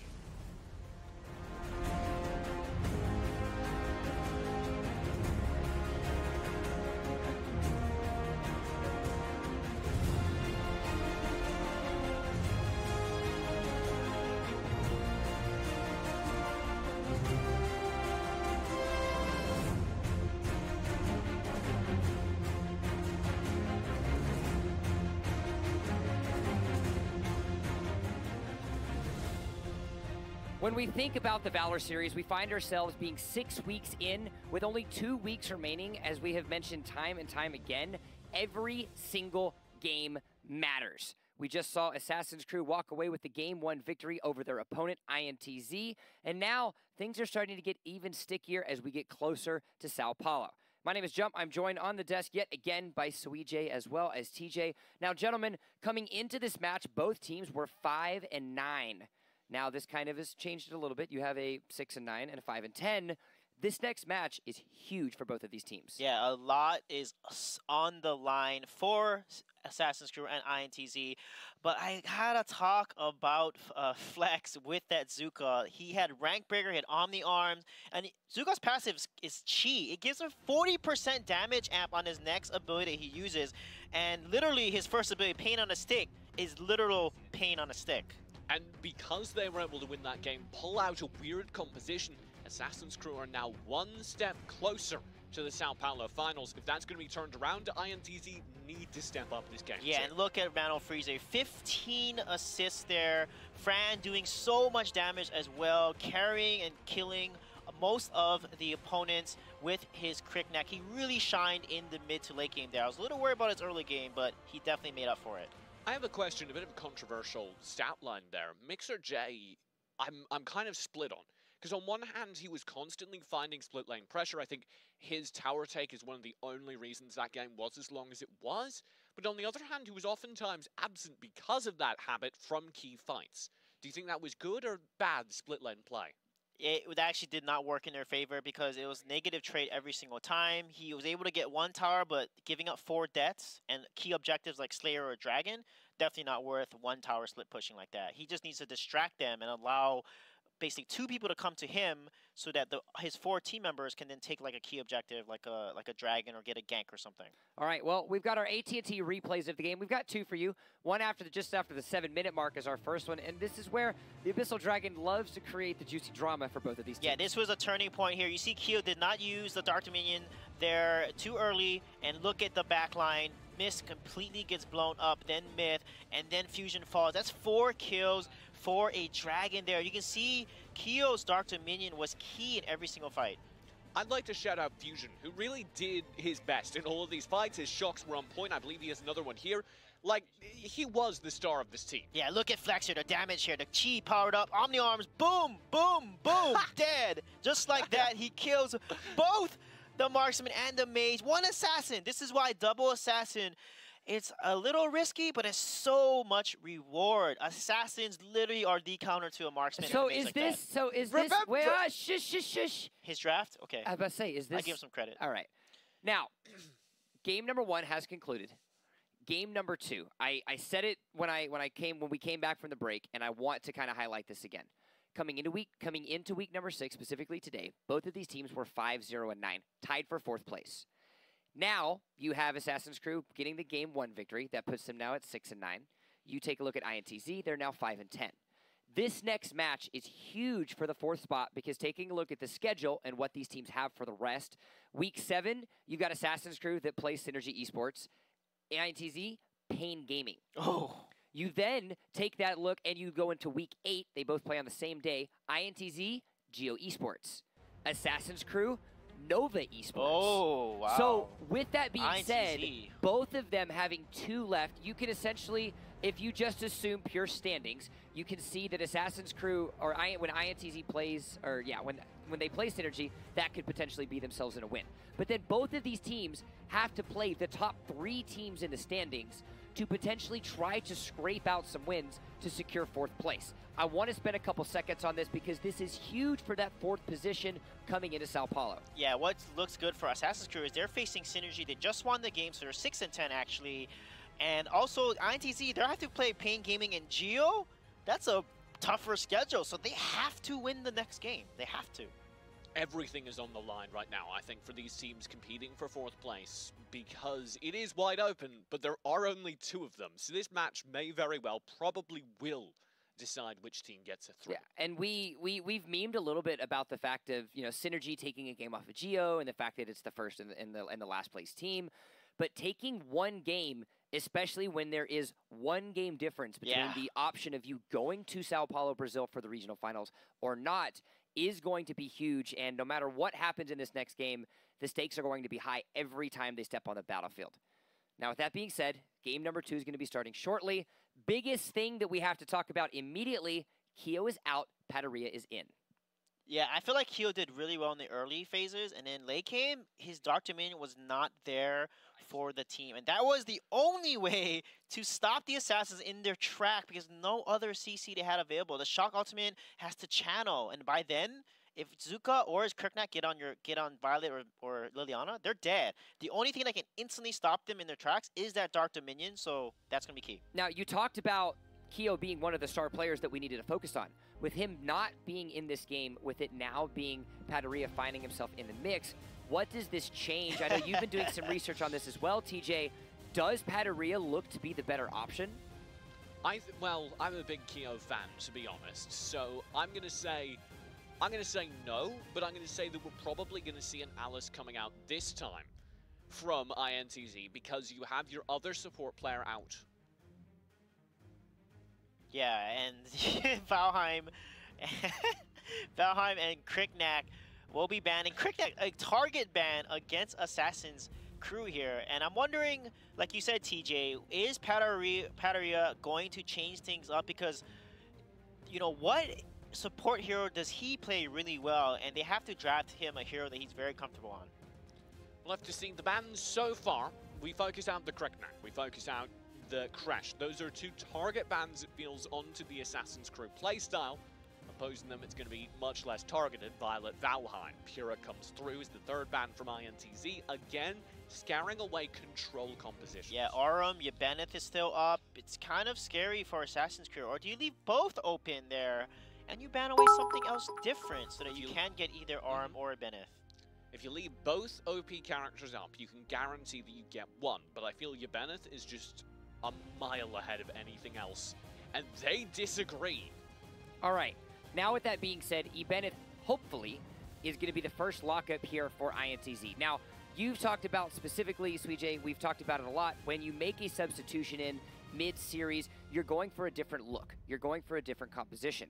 Seeing what INTZ had as a struggle in game number 1, and now knowing that they're clearly changing things up with Pataria coming in here for game 2, what is the winning strategy, compositionally speaking, to beat Assassin's Crew? Well, Assassins, if they're going to pick Assassins in their mix, you want to... Oh, okay, no, Ibeneth, you're taking that instead? Okay. Ibeneth is going to probably I share picked your up confusion. here by Assassin's Crew, and you want to pick heroes that can defend. Like, Arduin is really good to protect.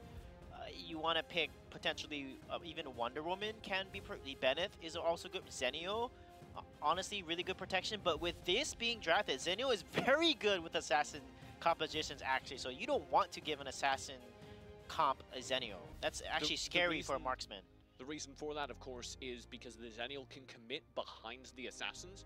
So if two Assassins spend all their escape abilities to find an engagement, you can then use Angelic Splendor to heal them up after they've engaged, and you have an extra ally then in the back line to help them fight their way out. And it does so much damage. His Malice and his Holy Shield does so much damage if he lands those abilities. And they're going to go with a heavy CC comp. So that's one way to counter an Assassin comp, is pick a comp that can be heavy CC. But Alice, honestly, is the best counter to Assassin comps. She literally destroys and stops dives in their spot with her Hissy Fit. And they're not going to be able to pick her because they picked the net. Unless the net goes mid lane.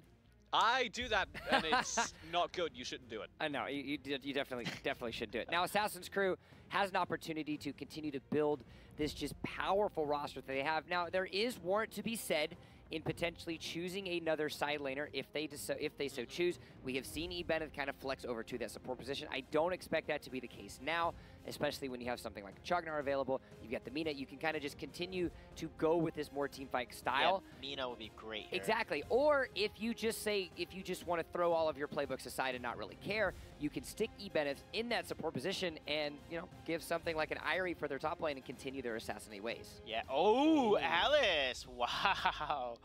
I like it. That's actually a little scary because Alice and Liliana, that's so much burst and magic damage coming Nature's out. Realm does magic damage as well, right? Yeah. Oh, so yeah. That's a devastating duo. If you can land the Hissy Fit on top of the Nature's Realm, nobody's getting out of that AoE. And then you can follow through with people trapped in that AoE with the Liliana just dumping in damage. So then what is the options here? Clearly we see a Yorn and a Crixie Hover by INTZ, or an Omen potentially. What is the winning strategy, seeing all of the magic damage and just the raw teamfight power that Assassin's Crew has drafted? Well, they've gone for some CC immunity on the Kilgroth by the looks of things. And that is decent because you can use the Kilgroth as an engagement and then he can escape if they try and go for the full CC combo. I haven't seen a dedicated counter to Ibeneth yet, but I like the theory crafting of the Kilgroth as that. And all of that's out the window because they're going Omen. I still like the Omen, though, because if there's a way to beat a team composition that likes the 5v5 group up, it's split push. Yeah. Omen and Kilgroth both achieve that win condition. Kilgroth looks to be the immediate switch, so your strategy and your dissertation still holds true. Yes. Kilgroth is also a good split pusher against Zenio. Zenio tries to fly across the map. He can easily push down towers. Malik is going to be good to combo with the Slims and the Annette, and also Crixie's Nature's Wrath. And then Morin, they actually have not played Morin. I haven't seen Fran play Morin at all, so I think they might go for the Violet, maybe? No, sorry, not Violet, but the Lindis could show up here. You could maybe or throw the a Fennec if you wanted. I have not seen Fran play Morin at all, but that is very smart because Morin is really good. Okay, Lindis it is. But Morin would be really good into like a Kilgroth, because once he gets his stacks, he can easily just dance around the Kilgroth and lifesteal away. All right, well, we know what Assassin's Crew is wanting to create. We've seen this kind of composition time and time again. The win conditions are simple. The objective control clearly is an advantage that they're capable of having. But INTZ now. Annette, a new hero that we've clearly talked about quite a lot. You've got a slightly mobile composition, but you also have the ability to skirmish. What are the win conditions for INTZ, Sweet J? They have to engage with Annette, get that win cuffs with the Gust Force, and land the Malik Shock ultimate, follow up on a Flying Spear stun. They have a lot of CC, and Crixie also has a knockup, so if they can chain their CC properly, because if they hit Alice, right, Alice is known to be really squishy, they can win these fights by catching her off guard. I think this game is won or lost on the efficacy of Hissy Fits. If those Hissy Fits land, I think they're all but guaranteed the team fight. And if they're denied, then maybe Assassin's Crew don't get what they want out of the team fight because so much of their strategy is dedicated towards that combo. Well, we don't want anybody out there throwing hissy fits, and so in the meanwhile, we'll go ahead and keep you guys happy by doing some giveaways just for you. We've got North America, we've got Europe, we've got Latin America. Of course, all of these are region locked. We've been saying it now for 12 broadcast days straight. That's 6 weeks, ladies and gentlemen. If you don't know that it's region locked by now you know. Don't ask us again. Put them in for the codes the way that you want to do. Meanwhile, Hey, sorry. You all right? Sorry. Look, just because you're the Sweet J TJ doesn't mean you guys need to be DJs, okay? You're not striking your DJ poses. It's not going to happen. I'm not even going to consider it. I'm not even going to entertain it. Don't forget about the giveaways. We're getting into the battlefield very shortly. You talked about win conditions, specifically with the team fights, but is there anything outside of the 5v5 from INTZ that they can do to potentially get themselves an advantage? Well, INTZ's got to be careful because if Bandit has Redwood Rush, he can rush in there, and if he lands a nice hissy fit, Bandit can then knock everyone together, activate Nature's Realm, just CC everyone because they're slow, and they're slowed on hissy fit as well. That's a disaster waiting to happen, so we'll see if that can be pulled off. All right, well, guys, it's time to get right down to it. This match is pivotal for the regional finals coming up next month. INTZ and Assassin's Crew finds themselves locked in battle with Assassin's Crew up 1-0. We'll have to see. INTZ Game 2, you need to win it to stay in it. And already, they've got Pateria trying to turn out their own jungle while they're desperately defending both sides. This is dangerous here, Yeah. Myth. That rotation, they're trading both on the same side jungles here. Myth, you're far too far forward. There's a lot of punish. Fusion, though, has the flank, and alongside Mixer J, they're already able to do a lot. INTZ barely back out. Wow, that was so close there. The heals came out just in the right time, and he's able to leap of vitality is exactly what it was for Myth. He leaped over to save his own life there, and that could have gone either way for both sides because they were really low. Assassin's Crew now try and invade of their own. They'll press in. Myth, the only defender here, is quite low, so it may work out. There's the Spear Throne just to stall things down. Windcuffs doesn't find the engage, though.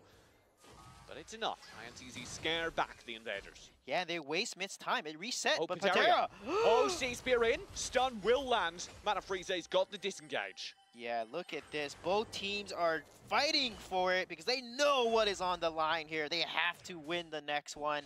INTZ has more to lose, and they have to play very, very well.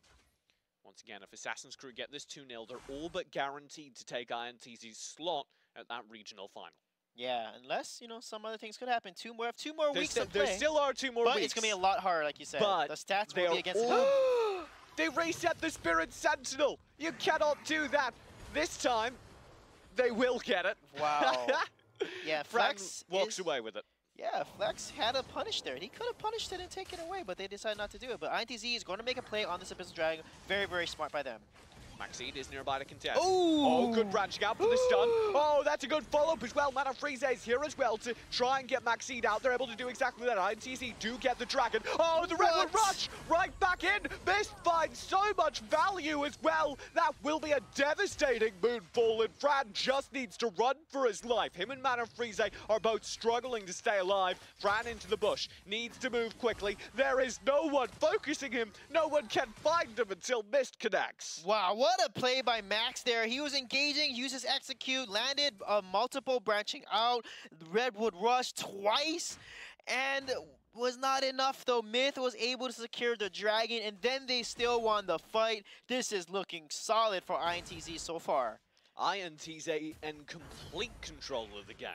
Yeah, so could not be closer right now. I wonder how INTZ will keep this momentum going, because we know when it gets to that late game, you know, Assassin's Crew did have the much better engages from game 1. So will INTZ learn, and will Padera be that difference maker now that Mixed RJ is on support? And that is the problem. Even though INTZ have such good early game control, they have a bad record of closing out these games. But I would say that's a problem that plagues both these teams. Assassin's Crew also have a habit of slowing down their gameplay as we get towards the late game. Yeah, definitely. Assassin's Crew does want to slow down the gameplay and then try to get some picks with this Alice here. Oh, missing these Sunshines, which are pretty critical there to combo with the Liliana. And that's where we know it's pretty dangerous. When Alice lands a Sunshine stun, and Liliana follows up the Binding Light, and then the Malice from Zeno comes out. That's a lot of CC and burst that could come out on that opponent that got CC'd. Here's the rotate up to top lane. There's that hissy fit we were just talking about. Pateria will try and stand in the middle of it to defend. Myth's flying spear scares them back. The wave is clear, and INTZ hold on. Yeah, really good rotation by INTZ to just save there. And there we go. The Sunshine does come out as a 4v4. Good poke from both mages. The threat of both mages scares back both teams, and nobody goes for a full-on engage. Yeah, Miss, I've been very impressed with his Crixie, landing so many Nature's Wrath here and doing an excellent job on Crixie in terms of disengaging a lot of the fights and scaring their opponents away. And look at that, the Mischiefs just hitting hard. The Abyssal Dragon will be kited out. This is going to be a primary fight. Oh, that's a good Redwood Rush. Nature's Realm as well. Maxine, can you live through all that? The Hurricane Wall knocks him further in. He's healed up by the Angelic Splendor. He will be fine. Fusion in the meantime is anything but. He's annihilated by the group play. What a baiter there. He knew his ultimate was up. He engaged really hard, landed against such multiple Redwood Rushes, branching out on the opponent, activated his ult at the right time, and of course, the Angelic Splendor from Flex comes at the right moment to save his life. However, they might lose a top tower because of that. Flex will go in. Pateria just needs to back off. I don't think you can take this fight anytime. Yeah, wow, what a way to turn that around, get the kills, and look at that, 2k gold lead and a dragon secured for them. Huge, huge outplay by Assassin's Creed against INTZ. That just completely flipped the game on its head. I honestly don't know how Assassin's Crew are supposed to do anything like that on a consistent basis, but if you can get wins like that, well, I'll take it. A lot of that was actually the Hurricane Wall knocking the ulting Maxine further into the team. And then he rushed him after he got the heal from Flex there, and that's something they got to be careful. Ibeneth is such a distraction, able to tank so much damage with the Sonic Boots build, has Mantle of Raw now. They got to be careful of his engages and how much he wants to distract them from them using all their abilities onto him. Speaking of distractions, another big one will be the Kilgroth. Up in the top lane, Pateria is quite happy to defend this lane, but he'll certainly have to have his work cut out for him. He's going to sacrifice it. He's going to live to fight another day, which is smart. You don't want to give a death and a tower, just give up the tower. Down in the bottom lane, you would again have trouble for Maxine. Fusion's baiting him out. Myth will be here, but the Flying Spear goes wide. Oh, there's no way to push with them. As a result, they wasted their time with that rotation, and Ibeneth secures and protects that tower. Missed. Has to protect mid lane. He'll blow the Moonfall to do so, looking for a strong engage. The Hissy Fit makes it difficult to retreat, but he will do exactly that. Franz knocked up on his impact, and as a result, the tower is saved, but it's very low. Franz, like, you want a Moonfall? I'm not afraid of that Moonfall. He engages Miss so hard there, but Pandera, you are in a tough spot. The Gore Lord, the Sea Spirit Gore Lord saves him. He's not able to be CC'd, and he runs away just in the nick of time. He's what so a slick. risky Being able, you should not have been able to escape that, but by baiting them back into the jungle and then doing a 180 and leaving with Sea Spear, he's able to get out unscathed. He set up the dragon play right here. But look at the collapse here, 4-person collapse, and don't forget, you have the Zenio. Here's the dragon, under threat, Nature's Realm we deployed. Maxine desperately trying to find damage, can't get nearly enough for the ultimate, I think, but it might not matter. Missed, he wastes his Moonfall. There is absolutely nothing found, and already you're down Mixer J, you're down Myth. Assassin's Crew are pushing through, and INTZ have to fall ever further back. Yeah, and like I said, Flex comes over from across the map with that Angelic Splendor. Awesome Zenio play by him. Maxine again committing, misses a lot of his abilities, but he's able to tank so much of the tower. Fusion will scare some of them back. Ran very low, but they'll still be able to get that tower incredibly low. Yeah, and Pandera's able to get a mid tower and rotate there, but he's in big trouble. He's got to be careful. Kilgroth is very squishy. He's got to be able to get on his opponents to lifesteal with the Enraged Spear and the Gore Lord. Insane that Patera managed to get that mid tower. Yeah, he did a really good job rotating down and taking it because the wave was pushing it. So really good job by him keeping them in the game. Hurricane will spend for the mid clear. Mixer J going in with that, but won't do anything more than secure mid. And you can see here that E-Buddy and Lindis, 5.1k gold, almost 5k gold, 4.2 on E-Buddy, and look at Mist, 1k gold behind, and Slims, look at 3.5k gold, really far behind Fran right now, and that is not looking good for Myth. Fusion and the rest of Myth, the rest of INTZ with Mid. Ooh. Will fall back. Mid's in trouble. Look at the burst that gets dealt to him every time he overextends, and now they don't have the defenders. His Hissy Fit will go through. That tower's gone. Fusion, you might be trapped a little bit too far forward. The branching out lands. He's got the cleave, and for now, that's enough to give him the life steal to survive. Yeah, all their gold and damage is really on Pantera right now, so they have to fight with the Kilgrod here, because if they continue to fight without Kilgrod and allow Flex to Angelic Splendor from across the map, turning the fight instantly into a 5 versus 4, I don't see a way INTZ can win those fights.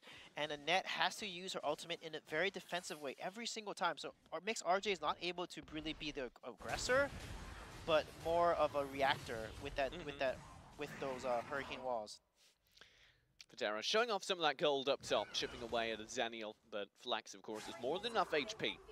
The Abyssal Dragon during this time will be picked up for free by Assassin's Crew.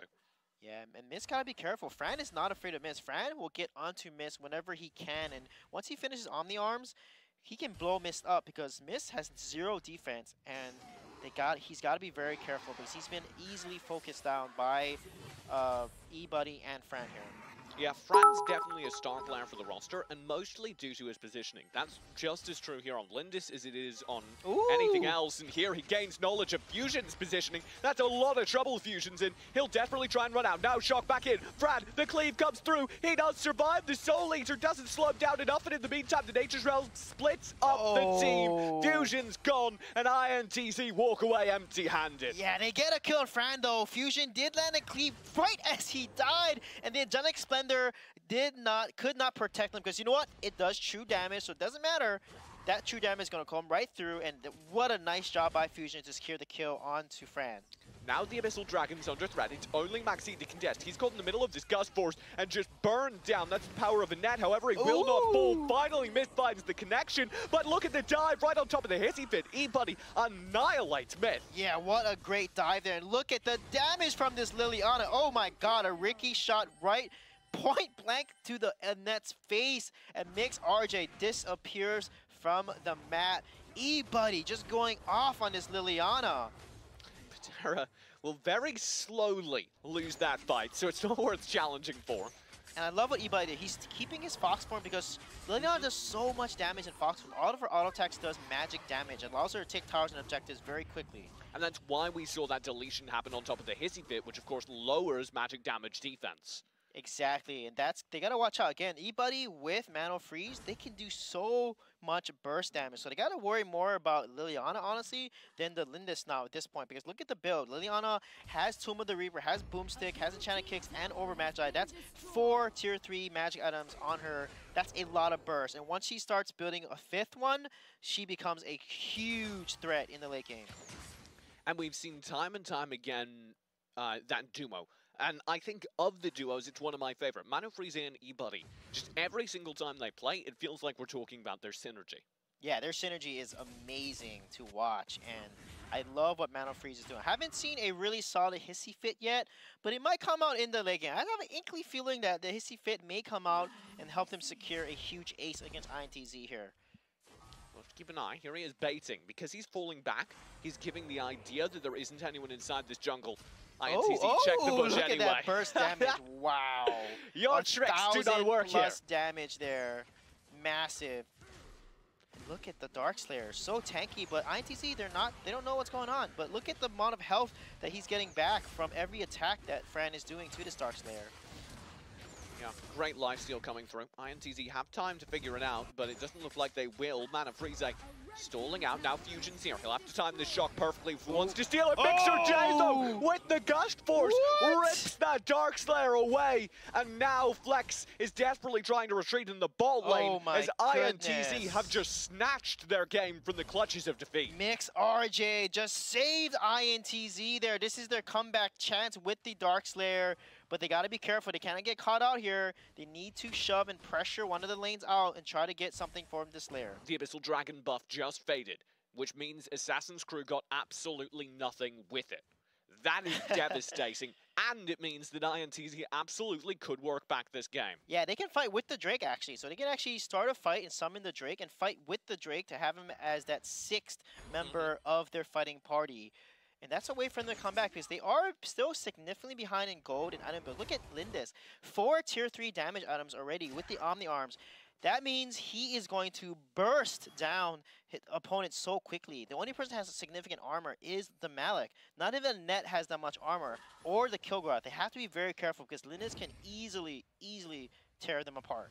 Assassin's Crew, though, are the team going on the offensive. The emphasis towards the bot lane. There's the Hissy Fit to scare back. Fusion, Maxine in the meantime, comboing well. Missed, drops solo, will spend the Moonfall. Now the shot comes through. It's time for a return, and Madame Frise is obliterated. Maxine now takes the front line, though, and they are cleaved by Fusion, but do still find the kill. There's the summoning of the Drake. This is too far back. Assassin's Crew are not going to get anything off of this fight. Yeah, a little too late. Pandera has to be careful. He can get easily bursted here. He doesn't have that much health or defense. He was trying, I think, for a flank play, but Assassin's Crew are not nearly as low as that. Yeah, oh, there comes the Drake. Go, Through the Drake! jungle, sneaking. Well, he's not sneaking anymore. His positioning was red, and Assassin's Crew demolish him, bursting him down. There's very little HP left, and indeed, this Drake was just wasted. Mixer J will go through. They didn't summon him fast enough in the fight earlier. They needed to summon him in the fight a lot sooner. Max is going to go ahead and chase here. Look at him. Padera is so fed right now. He has the most gold in the game, so they need to take advantage. He's full build, and I want him to make a difference. Like I said, he was the most fed earlier in the game, and he has to start making a difference. They have to start rotating together, because with Gorelord, he's immune to any type of CC. He can easily get onto Liliana or Fran here and blow them up. E-Buddy and Fran will have to watch the positioning of Padera. We're well past the 15-minute mark now, Suey. And CZ are looking to be eking their way back into this game. Again, Assassin's Crew seem to be having trouble closing matches. Yeah, they do. Padera has Heigo's edge too. That means whoever he attacks, they're going to be slowed constantly. And it's attack. a trade-off because Heigo's edge also speeds up the attacker. Yeah. So you can be a very zoomy boy. But the key is, and he has Aegis now. He has some defense, so he will be able to last a little long, but honestly, that's a lot of damage. Lindis just finished Miramasa, has significant armor, penetration, and pierce there with Rankbreaker and Miramasa. What I'm seeing from this Kilgroth build is it's all in his lifesteal. He's been doing a lot of damage. As long as he has Gorelord up, he's going to be doing very well. Here's the push, look at Alice and Liliana with the Tomb of the Reaper. Look at them here as the Hissy Fit goes out. Mixer J will survive, but barely so. That was a very threatening combo. Yeah, they both have Tomb of the Reaper. That means they'll counter the heal from Annette, and they'll counter Kilgroth's lifesteal as well. So really smart item build there. And Fran gets a free dragon. That's going to suck, particularly for Daria, who's already locked in combat with Flax. Daria, I don't think has been relevant to any of these fights. No, he has to. He's the most fed. He needed to make a difference earlier. Kilgroth is actually very risky late game because they can blow him up so quickly. Here's the Hissy Fit again, tower zone. Assassin's Crew go through. Fran focusing down the tower. They don't have any minions though, so they'll elect not to continue this push. Yeah, Mana Freeze is low though. He's got to be careful. He's not the most tanky support right now. He does have Frosty's Revenge, which is going to mean that he can offer a lot of CC for his team. Look at how grouped the INTZ roster is. This is really hurting them, I feel. They need to fight with Padera. They need to get in there and fight with Padera and try to get a good engage. They have like this 4-man cluster, which is hurting them because they're not gaining any map control, and then they just have Padera so split. Yeah, you think about it. Fusion has his shock ultimate. That can basically CC somebody or zone them out. Then you have another hero, Annette, Hurricane Wall. Literally one of the best zoning tools in the game there.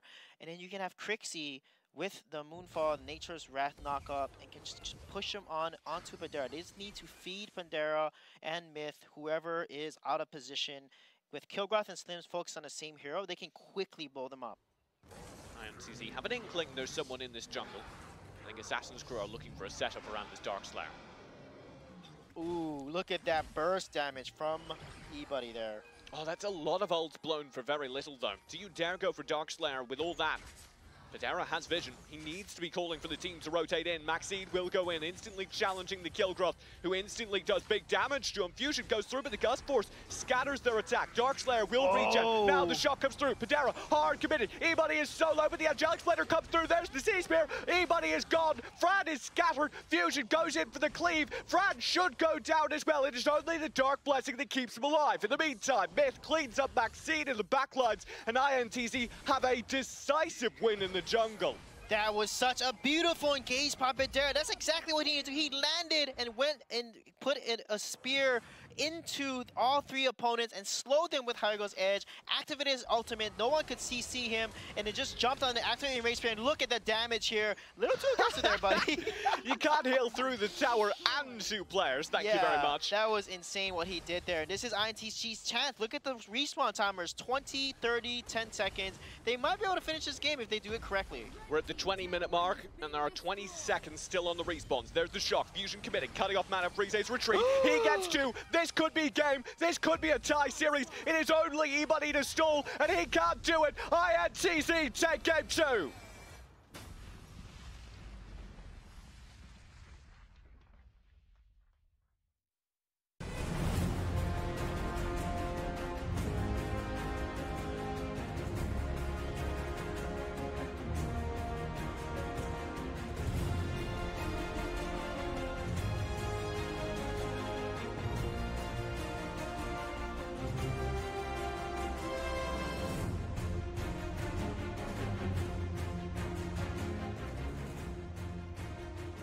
We talked about in the latter half of the season every single game being extremely important if you want the opportunity to go to Sao Paulo in the regional finals.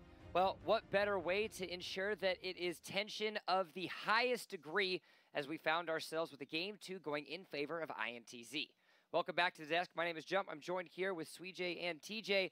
Gentlemen, not only are both of your predictions wrong, as you both predicted a 2-0 and this was a 1-1, but now we still have a 2-way tie coming in now to week number 7. Yeah, that was just insane. I mean, Assassin's Creed had the game. I thought they were going to win, but like I said, Pantera was the difference maker. He was the most fed. He did nothing the whole game. He just fed himself. He had the most gold on both sides, and then he came through when it mattered the most at that last fight, landing a 3-man hit there. 1-1-1, but all that mattered was that one play. It was such a beautiful, beautiful engage by him. This was a remarkably quiet game. It went 20 minutes, and we ended with just about 10 kills on both sides. That is astounding, actually. So for me, I see 2 things in the favor of INTZ that I want to applaud. One, substituting Padaria in with a clear-cut strategy clearly paid off. We criticize teams and their substitutions, they're moving around. Padaria in for Kyo, despite him being one of the X factors of this team, it worked. Option number 2, they did a really good job at just leaving him the hell alone the entire game. Coming up on the 12-minute mark, he was 11.6k gold, 2,000 gold over the opposing side laner, over the opposing jungler who had the highest gold at the current point in time, 0-0-0 stat line, and was full build.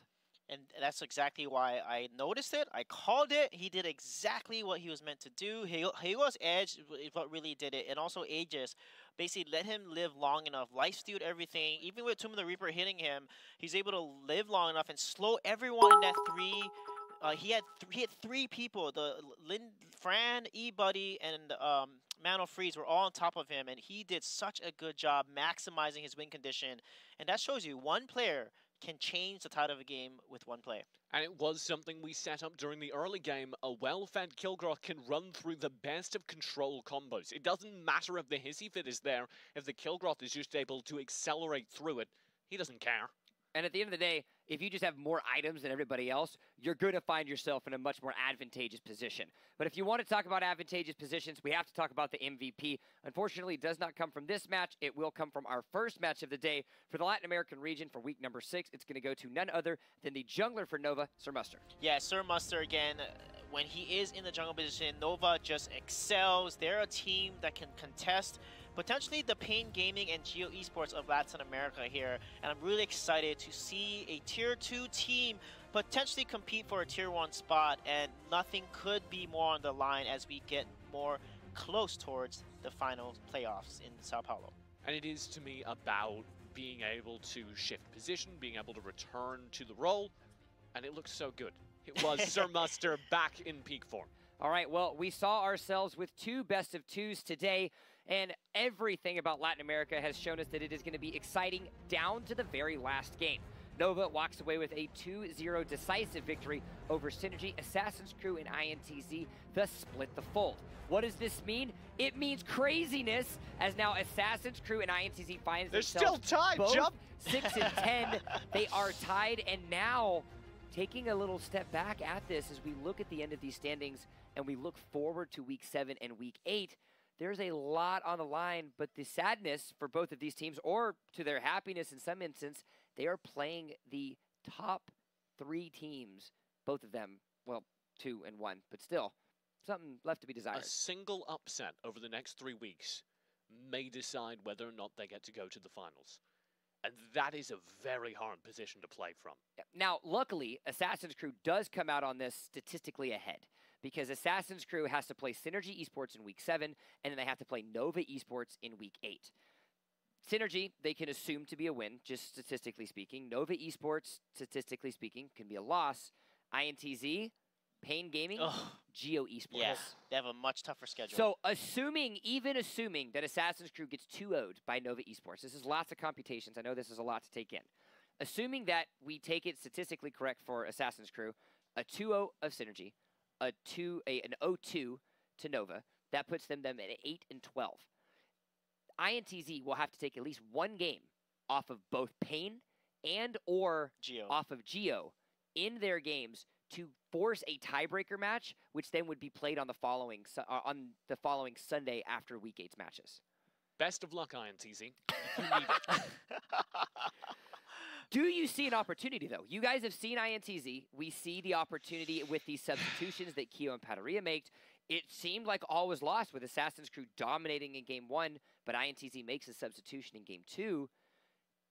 With them playing the juggernauts of Pain and Geo, are they capable of taking these games off? Yeah, we know Pain struggles to close out late games too, but they're not as bad in terms of decision making. Assassin's Crew, because that's one thing. Assassin's Crew, they don't really think about late game and what they need to do. Because if they understood what Kilgroth's win condition was, they have not allowed Kilgroth to dive the way that he did. And Geo and Pain Gaming are teams that are very well trained, and they probably would not allow INTZ to come back in the game that late like that. So it's tough, but they can still pull it off. I think it's all on INTZ continuing to evolve. What we saw today was a team that made adaptations, like you're saying, that consciously adapted to their win condition. If they can level up on that, then maybe.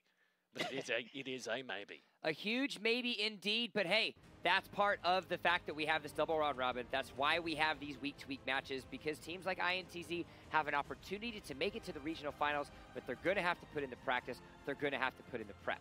In the meanwhile, we've been talking to you guys quite frequently about the cosplay workshop. We had Vicky Bunny Angel and the Technoblade Butterfly skin that we're going to be seeing at the regional finals in Sao Paulo live. We haven't checked in with her a while, so let's go ahead and take a look at what she's been up to with the cosplay workshop presented by AT&T. What's up? Welcome back to another episode of the Valor series Cosplay Workshop. Did you miss me? Don't worry, I didn't AFK like that Valheim in your last game. I got my lovely materials to get started on Butterfly's wig. By the way, this is George, my wig head. I'm gonna have to custom color this with some dyes to get that bright blue gradient look that she has. It was a bit hard actually to find something with a frontal style like this that I could style for Butterfly, because like her hair kind of just goes up and then falls, kind of like that, like really anime style bangs. So let's do a quick rundown on the kind of surgery I'm gonna do on this wig. First, we're gonna style the bangs here. Oh hell no! I ain't watching that. All right, so that was the last games from last week. All right, and I'm gonna end it right here, and then I'm gonna start streaming the actual game and try to rank up to. I think we're going for a gold 3. It's been rough, man. I'm almost at silver. I can't lose anymore. No, shut up. All right, so I'm out. I'll be back in like 10, 15